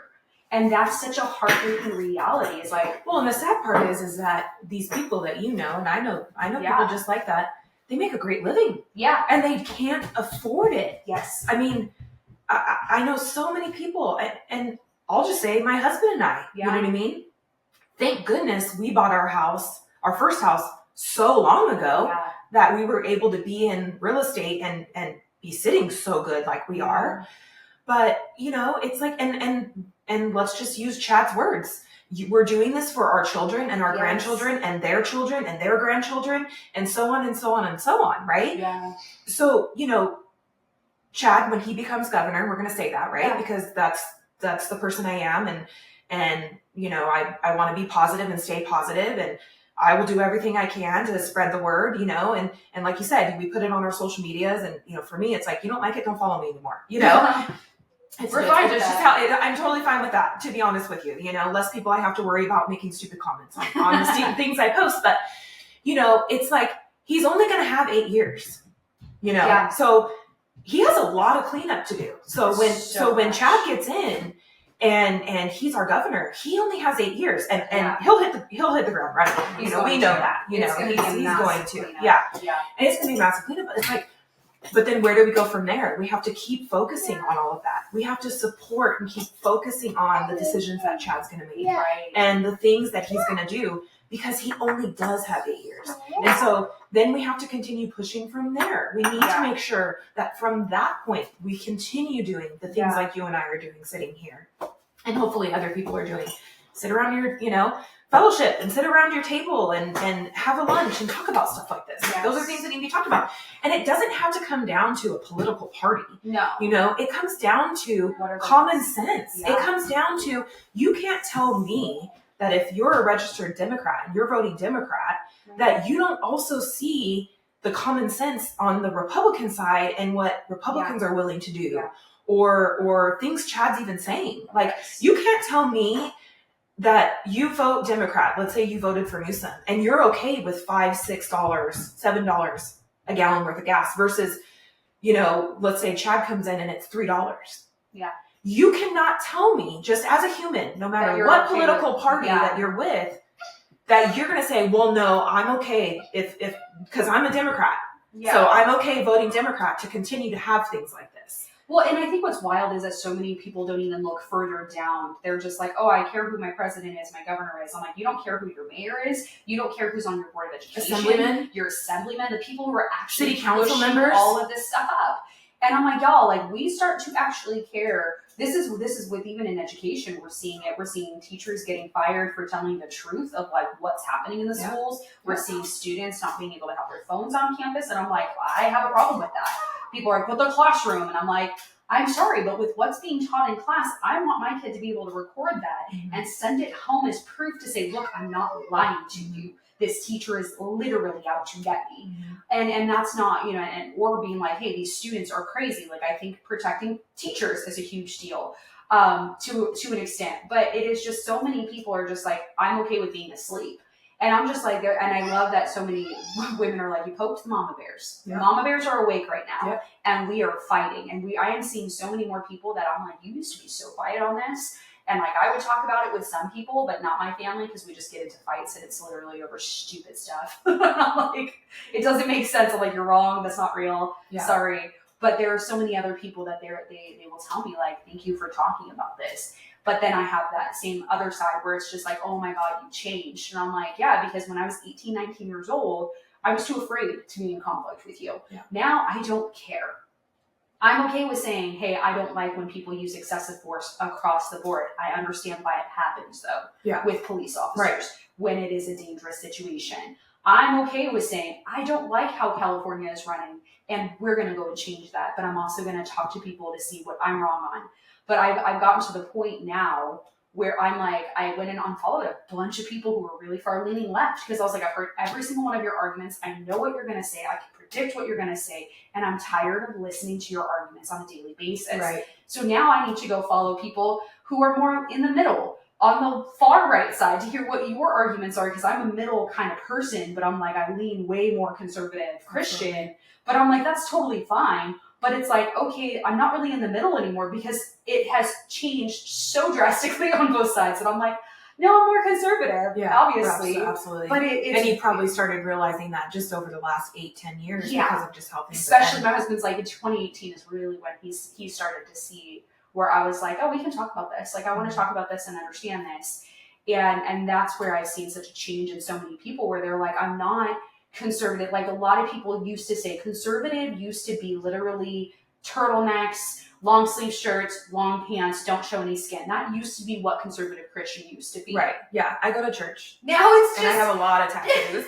Now it's just like, we love our country. And I wear shorts and tank tops to church. We love our country. We love God. Yeah. We love our family. And we're going to freaking fight for it. Yeah. That is what conservative Christians are. Now, there's still that really far right side where you're just kind of like, wow, you're a little nuts. Yeah. But I'm like, that doesn't seem as bad for me as like the far leaning left where it's like, we're going to do whatever we want to your children and you can't say anything about it. And I'm just like, I would rather have someone like my crazy aunt who is, I don't have an aunt who is very conservative, but I would rather have that conversation of just kind of like, oh, you're just taking a little too far versus like, oh, you're a danger to my family and my children.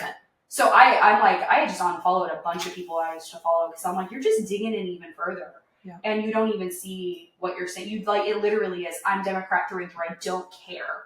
And I'm just like, I don't believe it's every Democrat. I don't believe everybody's like that. But I heard Chad Bianco say it as well, where he's like, if you still identify as voting for a Democrat, you are the problem. Democrat, it's almost like you have to stop voting for this. Because anyone who's Democrat is going to lean that way, and they're not going to want to fix it. They're going to and that is also a huge shift that I've seen, and I know you probably have too, where people that have been registered Democrat for so long are like, I'm leaving my party, and I'm going to re-register myself as a Republican, or they were still registered as a Democrat and still, I don't know what the process is of changing that, So but maybe they didn't have the time before this last election or didn't know how to do it. So even though they were Democrat, they voted Republican. Right. You know, but they're not even wanting to identify. They're not. As Democrats. Well, exactly, and I don't blame them. I wouldn't want to identify as a Democrat when the people you see on TV and the people that are being interviewed or these podcasts that are going out and all these different things that are happening during all of this time are batshit crazy. Right. So it's one of those things where it's like I believe that Democrats, when my grandparents were around, different group. Is not what we're seeing today. And that's what so many Democrats, like Tulsi Gabbard, she said that. Mm-hmm. She's like, the party abandoned me. I didn't abandon the party. Right. But, I know Robert Kennedy said the same thing. His dad was Democrat. His uncle was Democrat. His family, really, a lot of his side. Look at our old LA County sheriff. Yeah. Oh, was it LA County or Orange? LA County sheriff. Yeah. He was at an event and Chad was there. And he said he's a Republican. He's like, I'm done with the Democrat Party because of what they stand for is no longer what he stands for.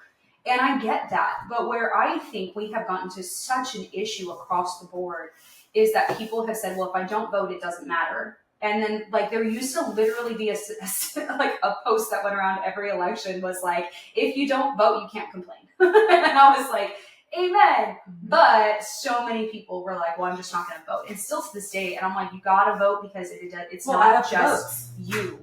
It is your kids. And if you don't have children, it's literally maybe your nieces and nephews, your friends' children. You have to vote because it matters. And it's like so many people, you cannot say that this election will not impact you. It will.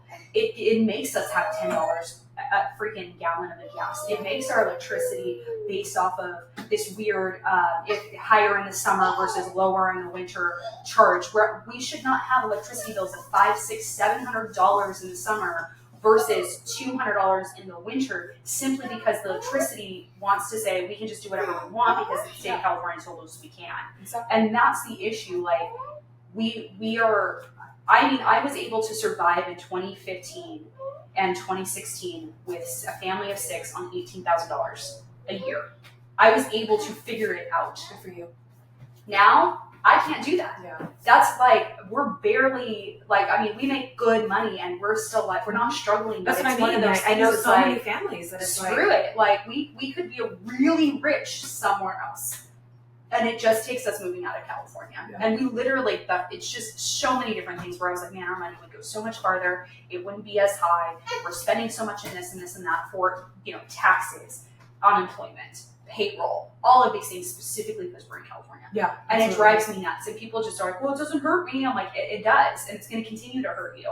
You want more money? How are you going to say yes to someone who's going to give you less? Well, here's a perfect example of that. Them thinking it's not going to hurt them. So here's a perfect example of like how the steps go. Okay. Yeah. So it's $20 per hour for people that work in fast food now. Okay. And that was, what was that? A year ago that happened. Yeah. What happened after that? Prices went up. People okay. So your McDonald's number 2 went from $10 or $11 to $15. Yep. People lost their jobs. Now there's kiosks that you order from because the owners of the franchises and or the mom and pop small, fast food places couldn't afford people now. And it's not even fast food anymore. You have to wait. Every time you go, it used to be where you could literally drive up and everything would be done. Why? They had 4 cooks online. Now they have 1. Yeah. Because that's all that they can afford. Yeah. And that's crazy to me. But people are like, but I want to make more money. I'm like, then get out of fast food. There's a Del Taco by my house, and you drive through the drive-thru, and it's all automated, like AI type stuff. Yeah. Yeah. So anybody listening that lives in Eastville, if you go over and you're off of Limonite, there's a Del Taco right there off the freeway. Oh, it's crazy. Yeah, and you literally drive up, and the best thing about it is that it gets your order right. That's pretty nice. Which blows my mind. You're like, wow. Blows my mind. But it repeats it back to you, and it's when crazy. Electricity goes down, you can't go. Yeah. When a system error goes, you can't order. No. and that's the reality. And then that's why and I love that you bring that up, because that was the big thing in 2008, was that same thing. And it was like, I had 3 different part-time jobs because they could not afford to pay people. And so you would get 5-10 hours a week. Right. But then in 2022, professors at community college, adjunct professors, part-time professors demanded that the state of California make the cost of what they were making higher. So they wanted a bigger pay. What it did in turn was completely destroy all of out-of-state opportunities for teaching. So now people in California cannot teach for most universities outside of California because of how much it costs them to do California payroll for a California employee.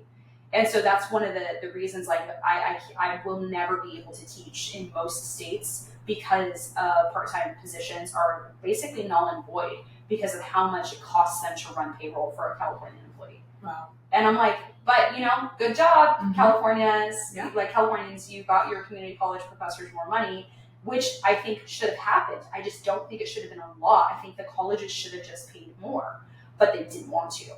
And that's where it's like, you have to force them by law, but it's going to eliminate somewhere else. And that's where a lot of us don't get to that kind of thinking of like, what is this going to do in 5 years? Right. And people are like, I don't care, it's going to help me now. I'm like, no, just go get a different job that pays more. Right. Go do that instead. But they don't, because most of the time they're not qualified for it. I'm like, then go get qualified.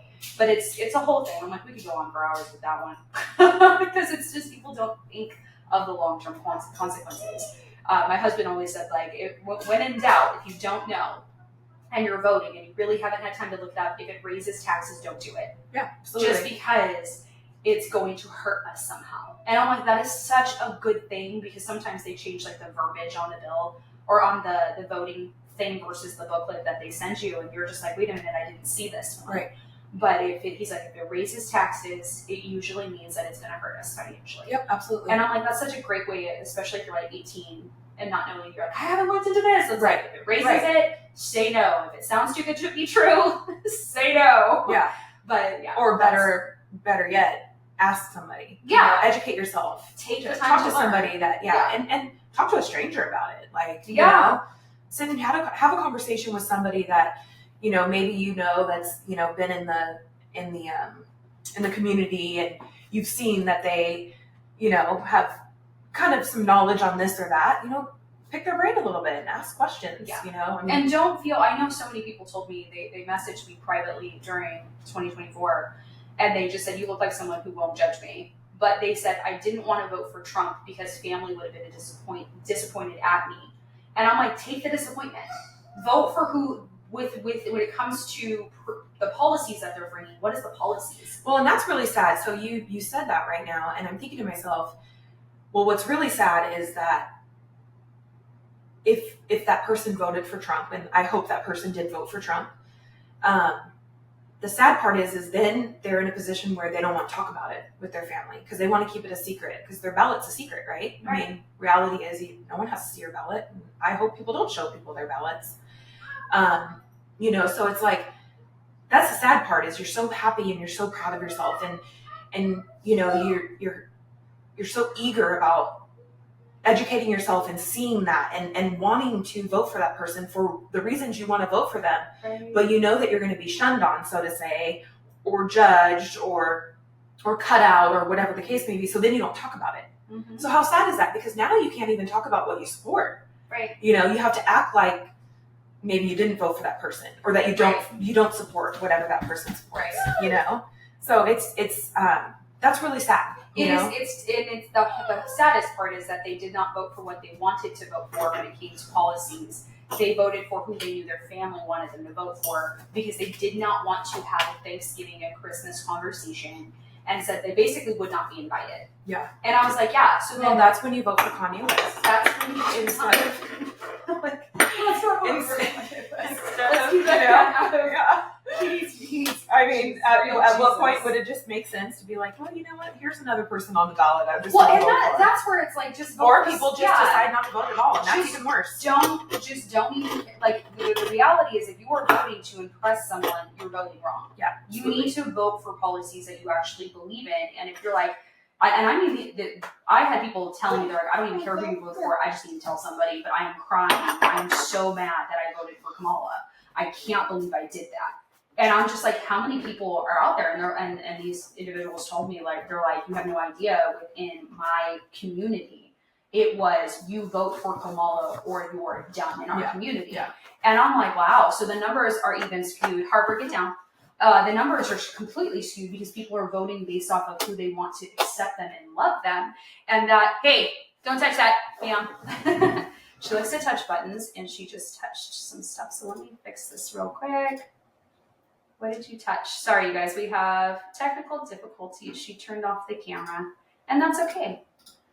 Okay, we're gonna pause. All right, so picking back up, my daughter hit the camera off. But it was a vote so you don't get shunned. Vote so you don't get pulled out of the family unit.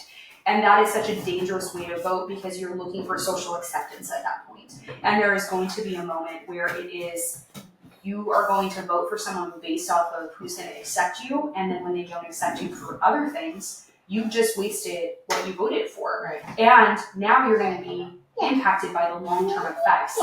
So many people I've seen right now, they're like, oh my God, I didn't actually vote for Trump because he's such a mess. And I'm just like, you really think it was going to be better the other way around? Right. Do you really think that was going to be the right? I don't think so. Especially with the flip-flopper who was saying, if it's law, I follow the law. And I'm like, so what we saw in California back to the mandates was they considered the mandate law, and it was not law. Nope. It was a mandate. Get down, please. And that's what's terrifying with California is that everyone was like, it's law. And it's like, no, they literally made it as a recommendation. Right. And then made it a mandate, but they never made it law. They didn't sign into law. That was one of my biggest arguments, actually, when I went to court with the Board of Barbarian Cosmetology, was, they wanted to say that I wasn't following regulations. Well, I shouldn't say they wanted to say I wasn't following regulations, but when they came into the salon and they strictly came in just to see, number one, we were open. Mm-hmm. Number two, we were wearing masks. Number three, we were social distancing. Okay. Right. We were not doing all three. And, we were open, but we were not supposed to be. So basically, one of the biggest arguments that my attorney and I made in court was, well, did the Board of Barbarian Cosmetology adopt these mandates into their regulations temporarily? Show us in your regulations, because my salon follows those regulations. Right. You can walk into my salon and it's a free check. Check. Everything's correct. And that's another thing I'm very proud of. I'm not running a shady business. So. Right. So here you come in and you say the Board of Barbarian Cosmetology says they can sue me and they can take my cosmetology license away for breaking whatever their regulations are. Well, show me the regulation I was breaking.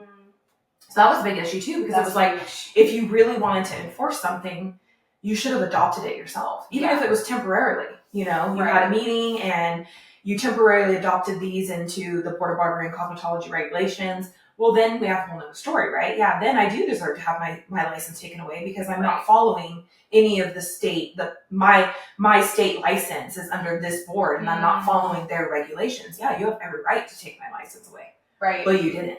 Well, yeah, and that's what's wild is when I think you had posted it and somebody else had posted it, and then they said it during that time it was like if they wanted this to be law, they would have made it a law, and people would have signed off on it, and then I'll follow the law.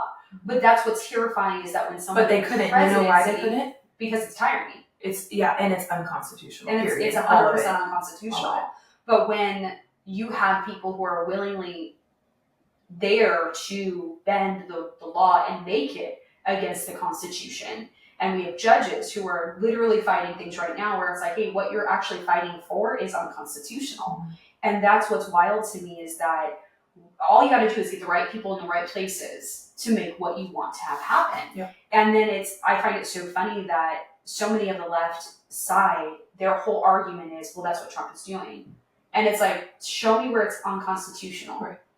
And it's not. And that's what gets me is that so many people think that what he's doing is that, but then you're like, but this is literally what the left wants. And this is what they're doing. This is unconstitutional. And they're like, no, it's not. And I'm like, you have a really weird view of why this is the way that it is. Right. And that's where conversations help you see that. That's where you can say, okay, where did you learn this? Show me where you saw it. And most of the time it's like, well, I saw it on TikTok or Instagram, or someone said it to me and it just made sense. And it's like, did you look past what they said? Right. Because where did they get that? Yeah, absolutely. And it's wild to me to see where we are. And I think it has a large part to do with the last 15 to 10 years. People have been asleep and they're just like, I'm not going to vote. I'm not going to make the time for it. And I'm like, you should have been voting this whole time. We should not be where we're at if people were actually voting for what they believe in. Because, and that's where I've seen like 2 out of the 4 last cycles, people have said, I didn't start voting until the last 2. And I'm like, where were you 4 times ago? And they're just like, well, I didn't know what to vote for. I didn't like who was my candidate. And I'm like, look at their policies and vote for those policies. Yeah. And it's wild. Let's shift gear a little bit and talk about family. I know you recently shared on social media that you adopted due to infertility. Can you share a little bit more about that? Yeah. So I love my little family. There's it's my husband and I, obviously, and we've got 2 kids. I have a son that's 25, and my daughter's turning 13 on Monday. So it's going to be a fun weekend. Yeah, 13. I know she's not a baby anymore. And if you would have asked me 15 years ago, how I felt about things, I probably would have been so angry. Well, I shouldn't say I probably would have been. I would have been very angry. The conversation would have been very different than the conversation we're about to have right now.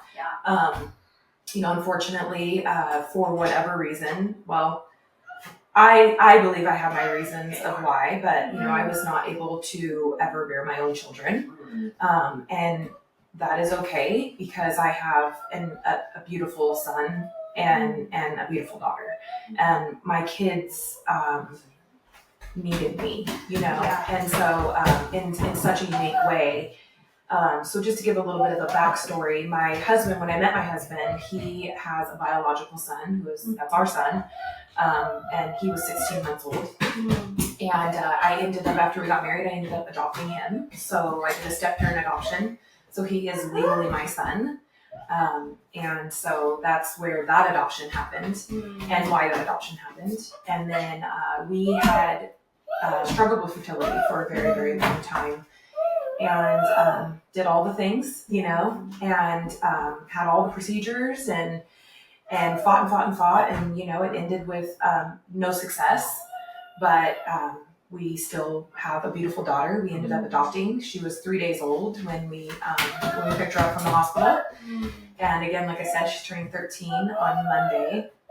And it's been probably a blessing I never even realized that I needed in my life. Yeah. My relationship with my son is a blessing too, but the circumstances and my relationship with my daughter is something that's indescribable. And for a very long time, I went into a very deep depression, very dark places. My aunt, who was my best friend, she in 2009 died from ALS. Which if people don't realize what ALS is a disease that ends up your body basically doesn't work, but your mind does. And so you ultimately end up suffocating because your lungs end up collapsing. And she lost the ability to walk and talk and eat. And I went through all that with her, and she just, it was horrible. It was a horrible death, especially when a person that has ALS, their mind is 110%. Yeah. Exactly. Just as pure as yours and eyes are, sharp as hell, until the moment they take their last breath. So they're basically kidnapped within their own body. Yeah. So it was horrible. I'm blessed that I was there and that I was able to go through that with her, and that I was able to see that, because it does change you. Yes. And it does teach you so much about life and what to be grateful for and what really doesn't matter. Yeah. Literally, we should all be grateful just to be able to brush our own teeth. That's where it got for my aunt. So with that, along with so many things at the time that was going on with infertility and all those kind of things, and in the middle of all that, adopting my son,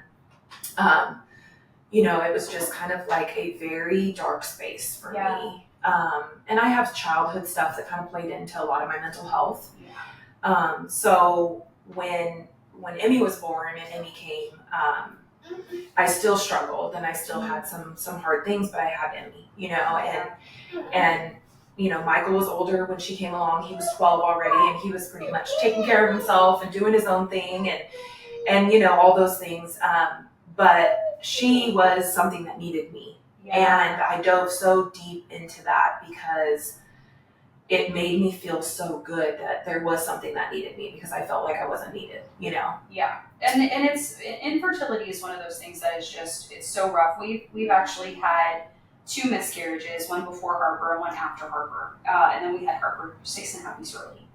And it was one of those things that you hear horror stories from a bunch of women, and I mean, all the conspiracies that you can think of like, well, the reason that you're having infertility issues, it might be a you thing, it might be a your husband thing, and then there's people who are told to flush their abortion pills down the toilet, and so it's in your water, and it's the chemicals, and it is so hard when you get to the end of the blood tests and the end of your doctor just being like, there is no medical reason that you should be having miscarriages and early children births. You are healthy, you are fine, everything is working properly. We don't know why. Right. And I think in our society right now, there's 2 issues happening. Is that infertility is still not talked about with women, and it is a shame thing. And then adoption is seen as bad. Yeah. And I'm seeing that everywhere, where it's just like, well, you're not a real woman if you can't have your own children. And that pisses me off. Or you can never love another one's children, same as you would love your own that you bear. Yeah. And then how dare you adopt? So talk to the woman right now, because I know that there's going to be somebody listening to this. What advice would you give about the infertility journey and adoption journey? Yeah, so I mean, the worst thing about going through fertility treatments, and having to accept is the cost of it. So that's a huge thing for me. God bless Trump and what he plans to do with IVF and all that kind of stuff. And I really do. I personally was not able to have children because I do have some health. I had some health issues, and it was more than one. At the beginning, we thought it was just this one thing, and then as you continue to go through, and they run the test, and there's more and more. And I want to say I had like 5 different procedures, and then it ended with me having a full hysterectomy, so my 6th procedure. And so, we gave it a really good fight, and we fought very hard for that. I thought you were saying something else with that, and I was like, here. No. Oh, wow. No. That too. Yeah. We really tried. We did. And we did. We really did. You gave it everything you could. We were blessed in the sense of the fact that we could afford it. And so my advice to the women that are in this position that can't afford it, and so it's not an option, is to look into the foster care and, foster to adopt, or doing some of the foster, doing foster homes if that's in their heart. And so, because it is an area where there are a lot of kids that do need homes, and a lot of very successful adoptions come out of foster care, so that is an avenue. Hopefully, like I said, with stuff coming up with the Trump administration and getting a lot of that covered by your medical insurance, hopefully that does help too. I have a friend currently going through the process right now. She's currently going through IVF. She's in her mid-30s. And we've had a lot of conversations, and I've been very honest with her, and I've told her it's horrible. Yeah. It's horrible. The medicines they put you on are horrible. The process of it is horrible. It's 1 month at a time, because we have one period every month, and it's personally, I didn't feel like there was anything great about infertility until the end, when it's successful, right? Yeah. Like, that's the whole reason why you do it, is to be successful in it. My whole experience, I'm thankful for it, and I feel blessed that we could afford it, and I feel blessed that we went through it, because at least I know that we tried all we could, and I just wasn't meant to bear children. You know what I mean? Because it was me, it wasn't my husband. And so, but it was horrible. Yeah. It was a horrible experience. Yeah. I'll be dead honest. And I'm not here to sugarcoat anything. Yeah. But as a woman or couples out there that are just starting that journey or thinking about starting that journey, go into it being realistic like that. Because if you don't go into it being realistic like that, you're really not going to survive too well, to be honest with you. You have to be. You only hear the success story. Most of the time, I've only heard the success stories, right. Not the ones where it's like, yeah, we did everything and nothing happened. Right. And then I've heard once we stopped trying with IVF, we got pregnant, and it's like, but that has not been every woman's situation. Correct. Yeah. And I think that's the most So heartbreaking. statistically, if you fail after doing IVF, statistically, you're like under 10% to be able to actually conceive. Wow. So I was in the low 5% at my age to even conceive, period. Yeah. So, and that had a lot to do with my medical issues. You know, I mean, I had stents put in my ovaries or in my tubes.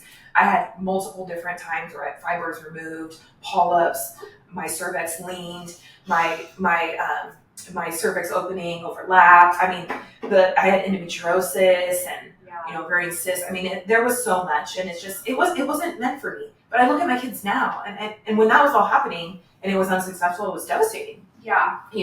But I look at my kids now and I'm like, well, I get it. Yeah.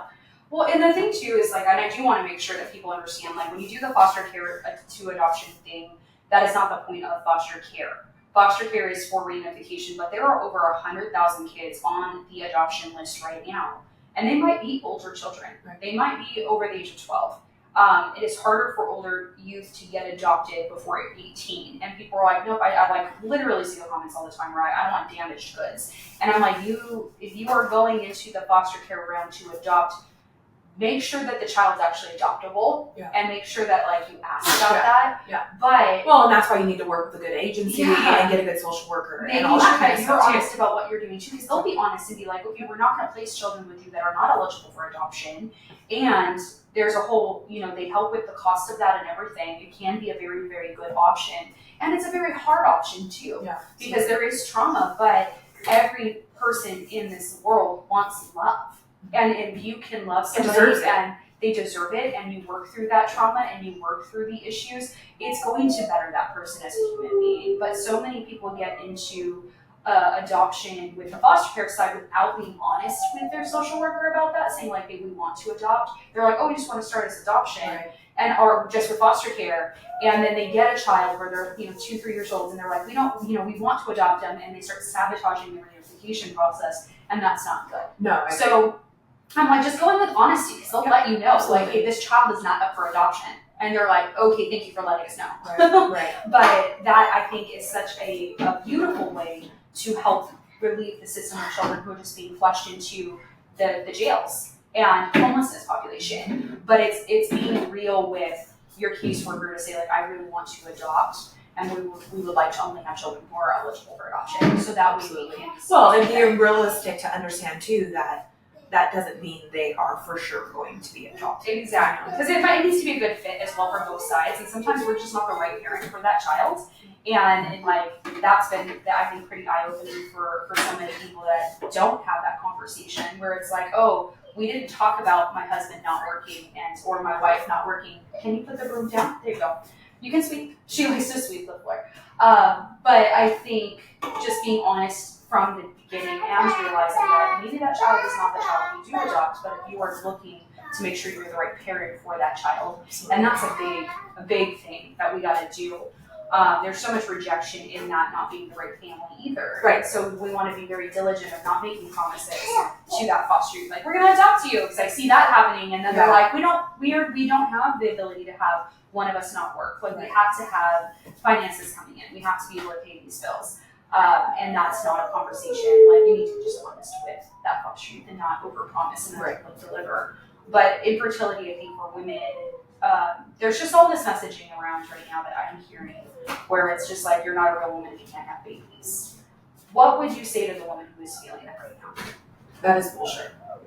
Yeah, that is bullshit. I am a very real woman. Yes. Very real.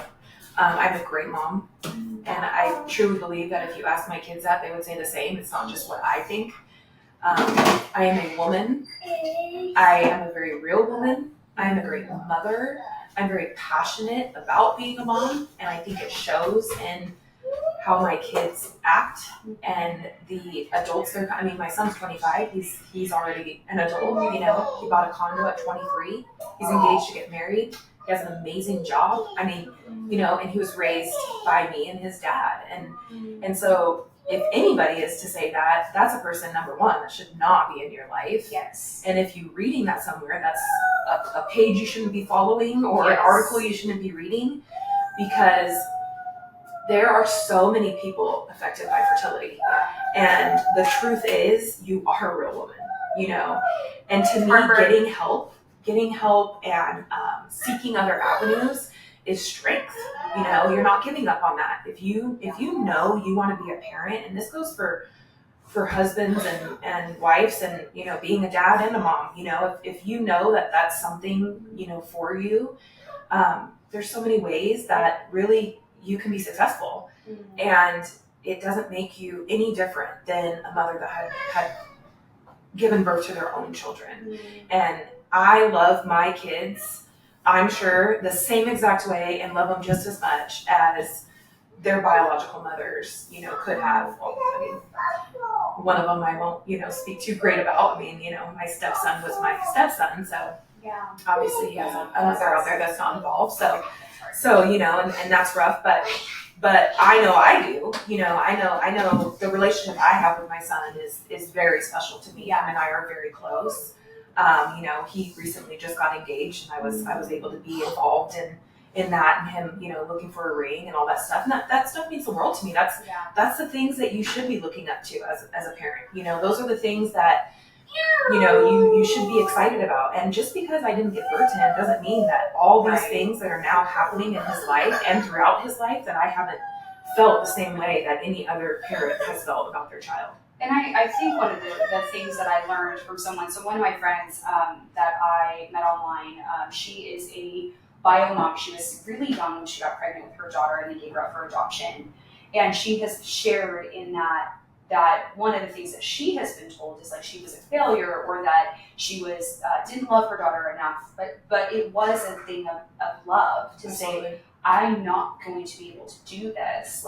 That's a huge level of love and strength. It is. And it was so, for her, even though she was young, she wanted to keep her baby, but her grandparents were just like, no, we can't do this, you can't do this. And that it just made it hard.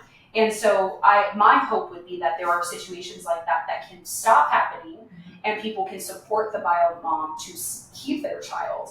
But when it is a situation of that choice of that mother, is that she is met in just as much love. And that if an open adoption is safe to do, that can be something that parents can decide together. Yeah, absolutely. Because open adoption, there's so many questions that the child has. And it's not that they're, not grateful for being loved and adopted by their family, but they do want to know about that biological family. We have always seen stories where it's just like, no, you can't know them. And I'm like, I know that that's not the case for your kids. Right. Like if they were like, I want to know my mom, I would like to know who my bio mom is, or my bio family. It's like, okay, let's figure this out with you and make sure you're safe in this. Absolutely. Because there is that concern for me, is that the heartbreak of finding out. A few of my friends who were adopted, they met who their parents were, and they were like, oh, you're not a good person. Yeah. And I was not met with love. I was not met with wanting. Right. You wanting me, because movies have idolized that reunification. And it being like, oh my God, I've been searching everywhere for you. And it's like when they met their parent was like, I don't want to meet you. Right. And that was heartbreaking for them. And that's where it's like, okay, I would hope that your parents would be like, okay, we're going to help you find your bio parents and do this carefully so that you don't get hurt. Or we know about them, and we know who they are. We know where they're at. We know, we've kept tabs on them, or we have this information you're looking for, and like when you're ready. But I think so many people have made adoption such a bad thing. And it's breaking my heart, because I told my husband about that, where I was like, we have always talked about adoption. And I'm like, off of this stuff I hear from people who have been adopted, I'm like, I don't want to do it. And I was like, I have to understand that that's where their hurt is, and that hurt has to heal. And I don't think in some of these cases it was, their adopted family was just not great, and they were just as bad and abusive. But there were so many others that I know that actually loved that they were adopted. So I'm like, it's a mixed bag, I think. Yeah. Well, I got two scenarios. I have a son who, he was my stepson technically, so I did a stepchild adoption, I've always been very honest with him and told him, like, if you ever wanted to, like, reach out, like, you know, and he's like, nope, there's no reason.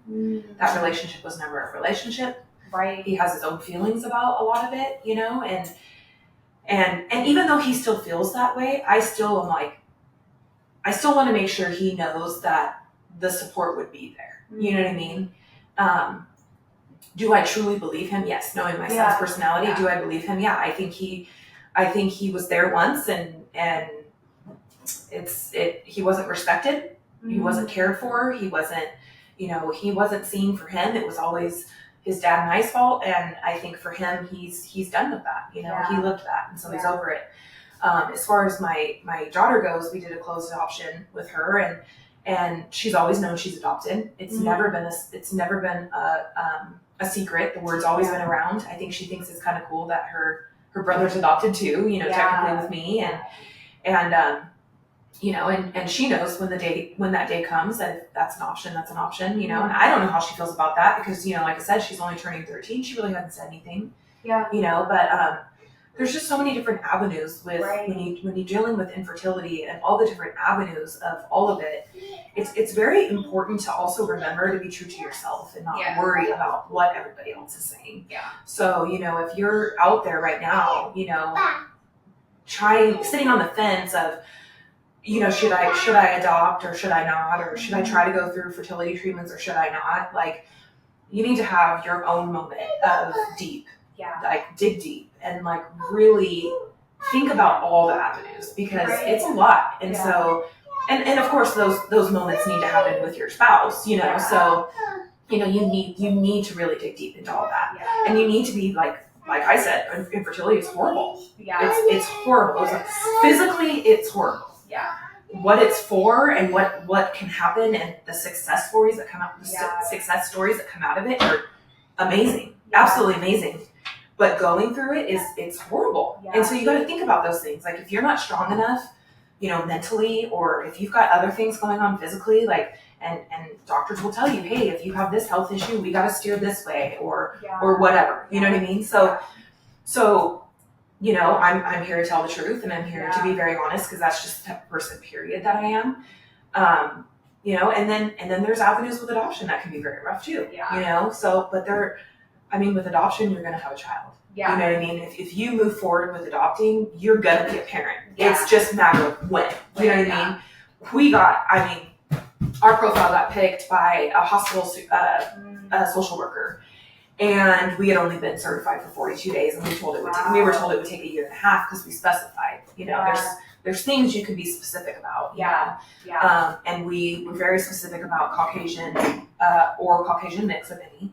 You know, we were very specific about the fact that we wanted to have a little girl, you know. So there's things that narrow it down, right? You know? So, and just by the grace of God, you know, was our profile chosen. And we got that phone call literally 42 days after our profile went public and we were certified. So fast, too. Very fast. That's so fast. And that's another thing you have to think of, too, you know, going into it. It's like, you know, with infertility, it's like we were almost 3 years in. You know, the first year of just, you know, doing the Clomid and the pills and trying to, you know, get pregnant that way. And then it was, okay, now more treatments. And then there was, oh, Kira needs this procedure. And, now we have to lay off for this long. I mean, they put me on a medication that I literally had to be on for 6 months to basically shut down my system. You know, it's like I had a procedure. I went on this medication for 6 months. It's called Lupron. And it shut down my system, so they were hoping it would kind of reset itself. So then when I came back in and started taking fertility meds and, you know, we did our transfers, that it would be successful. So we're talking, you know, it can be a very lengthy thing, you know, and I was 23 when we were doing this. So it was from when I was 23 to 26. So I was very young, you know, so you have to be realistic with yourself. You know, you really have to be realistic with yourself. Infertility, like IVF, like my husband, like I know so many people who have done it, and it is super expensive. But it was one of the things that I was like, I can't inject myself with that much stuff. I have a hard time with, like, I had a hard time with birth control, so I was like, I'm not going to be able to do this. But it was that thing where it was like, okay, we know we're going to foster or adopt. So when we had gotten our first pregnancy was in 2019, we were shocked And we're like, oh, that was the hardest part, was just getting pregnant. Yeah. And when we lost at 12 weeks, but the baby had stopped growing at 9 weeks. And for me, I'm like, it is devastating to get a negative when you think like, okay, I think I'm pregnant, but it is even harder when you do, and I've had both. It is just even harder to get pregnant and then to not be pregnant. I don't care if it's 2 weeks, 4 weeks, 6 weeks, 12 weeks, whatever that time frame is, getting the hope of this could happen to then have that ripped away. And I know so many people who have had that false positive with IVF. Yeah. And so they're like, they go in and they're like 4 weeks in and they're like, oh my gosh, it showed pregnant, but it's all the stuff they're injecting in their body, but it didn't actually keep for the embryo being implanted. And it's just this devastation where it's like, it's ripped families, like marriages apart. And it's like, those are the things where it's like, as you go through, the best advice I ever got was, as you go through IVF, you need to be honest with your spouse, and you cannot let it, if it gets to the point of letting it rip you and your husband apart, you have to stop. Yeah. Because that was so many women I know who went through it where like, we almost lost our marriage and our home because we kept doing this. And I just didn't know that was how heavy it can get, because it's like you're beating yourself up the whole time. Yeah. And then the man is beating themselves up the whole time. It becomes very, very personal. It's so, very, very personal. And I was just like, I know that's me. So I was like, I can't do IVF. Yeah. And so we have gotten pregnant naturally, but with the 2 miscarriages and having Harper early, it was just like, why am I having so many complications? And like, I had complications when I was 22. My left ovary and tube ripped off. Like I had a torsion ovary, and like it just eventually was like, okay, we're done. Yeah. So I only have one set, and so the doctor's like, it's going to be really hard for you to get pregnant. So I don't even know like when I'm supposed to ovulate. It's supposed to be like every other month, basically, because that's how I guess it works. Yeah. But I've never even I can't even go to the extent of trying to test. Like I bought the strips, and I was like, I can't even bring myself to that, because I will go crazy. Yeah. And I know that about myself. Well, and this goes back to, like I said, like being honest with you have to be honest with yourself, which is why IVF would not work for me. Yeah. Because I would go nuts, and I would be like obsessed. I get obsessed over things when I'm really passionate. And I was like, dude, like, so you telling me that, I'm like, thank God, because I did not realize that, like, I've thought about it. Be like, maybe we can try it for the next one. And I'm like, good. Yeah. I'm good. I'd rather not, because I feel like I would do things that were not good financially to try to make this happen. Yeah. But I want women to also hear, I think sometimes what happens is we start to doubt, like, well, am I supposed to have a baby? And am I a woman enough? Because I can't. You are still woman enough, and I know you said that, and I do think that it is not a matter of if you should be a mom, but just of how you will become a mother. Is it going to be IVF, adoption? Is it going to be foster care? Is it going to be that you don't have your own children because you decided that and you want to be more of a mother figure to people, like you want to lay that out on the side? But I think so many women go to that question of like, well, am I even supposed to be a mom if I can't do it naturally? Right. And it's also okay to say, like, I don't want to adopt. I think I would love that child if it wasn't mine. It's okay to say that. Well, and it's okay to be, again, like I said, being realistic. Yeah. It's okay to say, like, if we can't do this naturally, then we're just not going to be parents. And there are some people that just don't want to be parents. You know, period. So that you're not less of a woman or less of a man if you get married and you guys decide you don't want to have kids. Yeah. You know? So let's stop beating ourselves over our head for some things other people over it too, because I think there's so much judgment that comes when a woman says that, like, I don't want children, and people are like, but I'm like, stop, like that's her choice, like let her be who she wants to be. There's reasons why, but I do think that IVF, I hear that more from women, and infertility is like, I'm not truly a definition of a woman because I can't have children, and it's like, I don't know, I hate when people promise. And say like it'll happen when it's supposed to, because that's what you always hear. It'll happen when it's supposed to happen.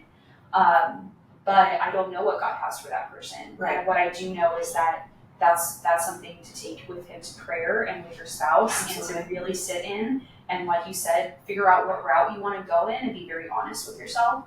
But I do not want to make a false promise because I don't know, I'm not God. I'm not going to be like, a year from now you'll be pregnant. I've had women tell me that after we lost our first.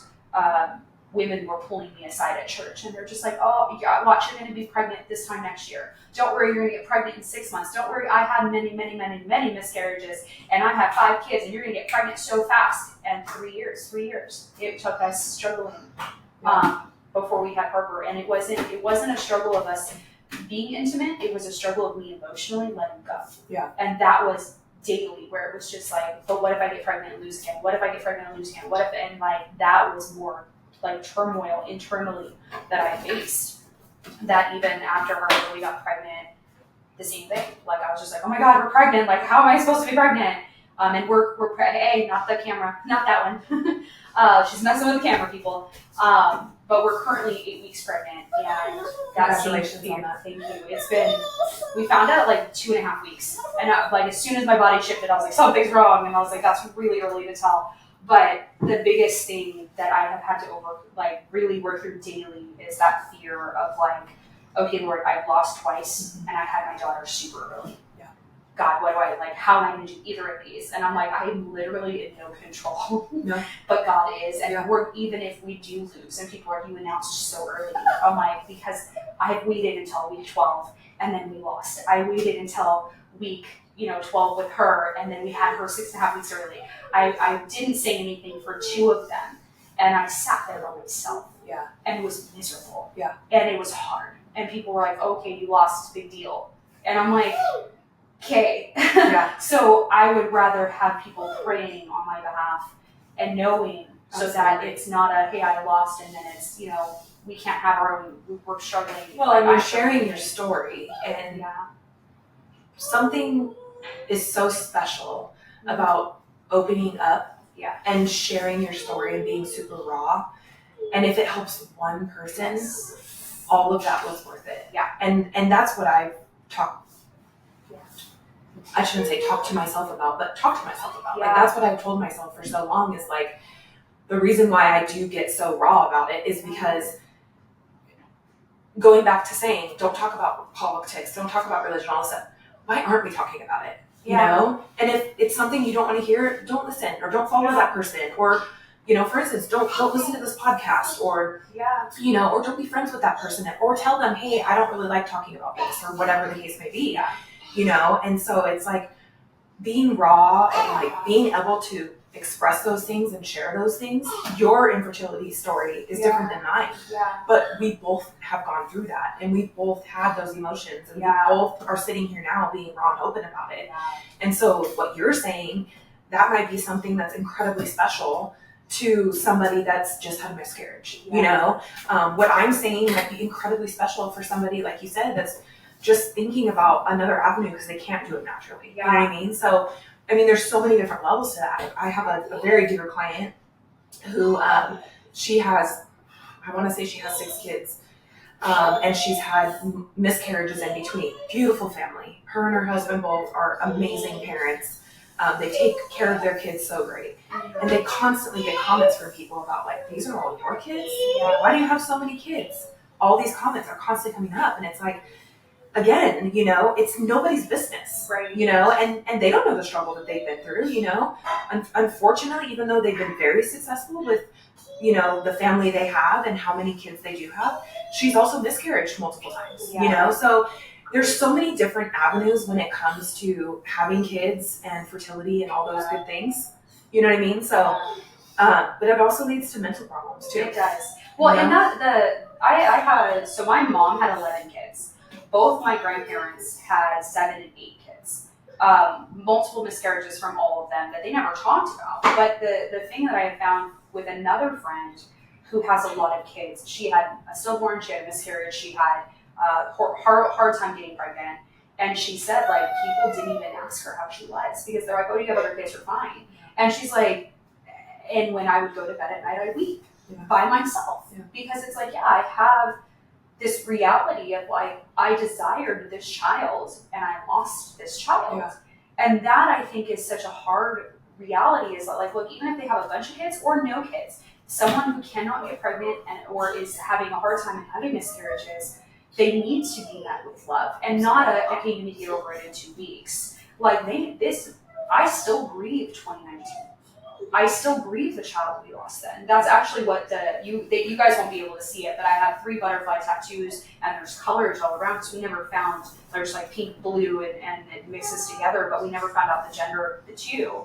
But it's like, I was like, I need something that makes me remember that they did actually exist. Not that I forgot them, but that pain of now being pregnant and grieving the loss of those two is like, that's been so different this time around.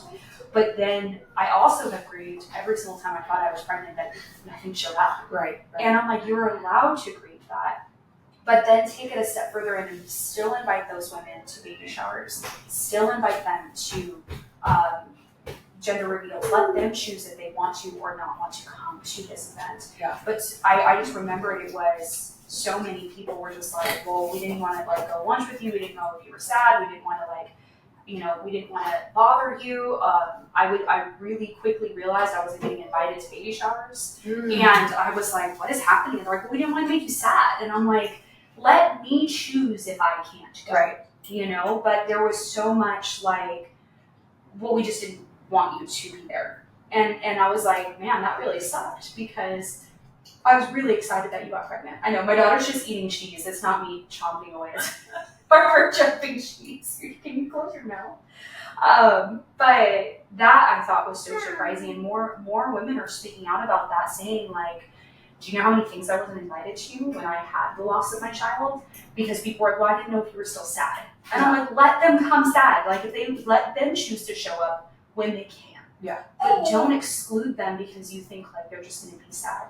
Because maybe it does help them. Maybe it doesn't. But let them choose. Because I know women who have gone and then they're like, I have to go. Like, yeah. I have to leave. Yeah. And that's okay. Absolutely. But also give grace when that happens. Support it. Yeah. And be like, hey, I get that. Yeah. But don't just disinvite them for them. Right. You know, and that let them choose. Like let us choose. I'm always like, it's always like that message. I'm always like, let us play, or like let us choose. Like just let me be me. But it is so hard to see that this is still a conversation that, you know, especially I think the hardest conversation is, well, if it wasn't past a certain week, you don't get to talk about it being lost. That's what's surprising me more. Like people see more of the stillborn births as like at 30 something weeks, they're like, okay, I can see why you would grieve that. But anything before 30 weeks, it's like, at least it wasn't as long, like you didn't carry him as long. And I'm like, yeah, that's where people need to dig a little deeper into their faith. Yeah. And more fine faith. Yeah. You know, and see, you know, the values that come along with pregnancy. Yeah. And I'm going to say the political thing is the reason that they cannot acknowledge that a miscarriage is hard is because they would have to acknowledge what an abortion is. Yeah. And that is why we've desensitized ourselves to babies are not humans. And that's where our society really lies, but it shouldn't be that way in the church. Yeah. And I think that that's kind of been shocking to me, is to have those conversations where like, oh, you're only 8 weeks. And I'm like, nah, dude, 8 weeks is 8 weeks. 5 weeks is 5 weeks. 2 weeks is 2 weeks. And a positive to a negative, that is heartbreaking. Yeah, absolutely. It's a hope that you're like, oh my gosh, and then it's like, sorry, false alarm, and you're like, F this! Yeah. like what the hell? Yeah. And that I think has been, you know, for me personally, it's been even harder when it's like you're pregnant and then you're a couple weeks in and you lose. The shocking part, I told my chiropractor this. The shocking part for me was that Harper, can you come here, please? Went with our first, we were 12 weeks, and then as the ECG level or whatever, the hormone level started going back down, I started going back through the same symptoms I had each week of that week. So I went through like all of the morning sickness again for 12 weeks. Oh. So it was 12 weeks up and 12 weeks back down. Yeah. And it was like just so hard. Yeah. And so, you know, 2 weeks, 3 weeks in, people are like, you're not done crying over this? And I'm like, yeah, my body's not normal. Yeah, absolutely. And that was like awakening for me, was I was like, oh, what goes up has to come back. Yeah, absolutely. And that was heartbreaking. Yeah. A reminder daily. Yeah. And then each month, like but some people's, like for me, my body would give pregnancy symptoms each month afterwards. So it would be like reliving it every single month for 3 years. And then it was, the fixture for my body was collagen. And I'm like, oh my God, finally, like 4 years later after, you know, our miscarriage and having another kid, collagen was what fixed those symptoms. That's weird. Yeah. And I'm like, it's like, it helps with skin and all that stuff. Oh yeah. So I was like, that makes great sense for so many things. But that was what was shocking to me, was like, oh, now every month I'm thinking I'm pregnant. 3 years. Yeah. That really sucks. Yeah. And that's just something I didn't know. And people don't talk about it I know. When I talk to other women who've lost, they're like, oh, you know what, yeah, like, or they're like, yeah, dude, that's freaking stupid. Yeah. And I'm like, it's wild. Connecting everything. You just connect dots and you're like, what the heck? Like, yes, our bodies are amazing, but sometimes they terrorize us, especially when it comes to infertility. Before we end, is there anything else you would like to add to our conversation? No, I think this has been so great.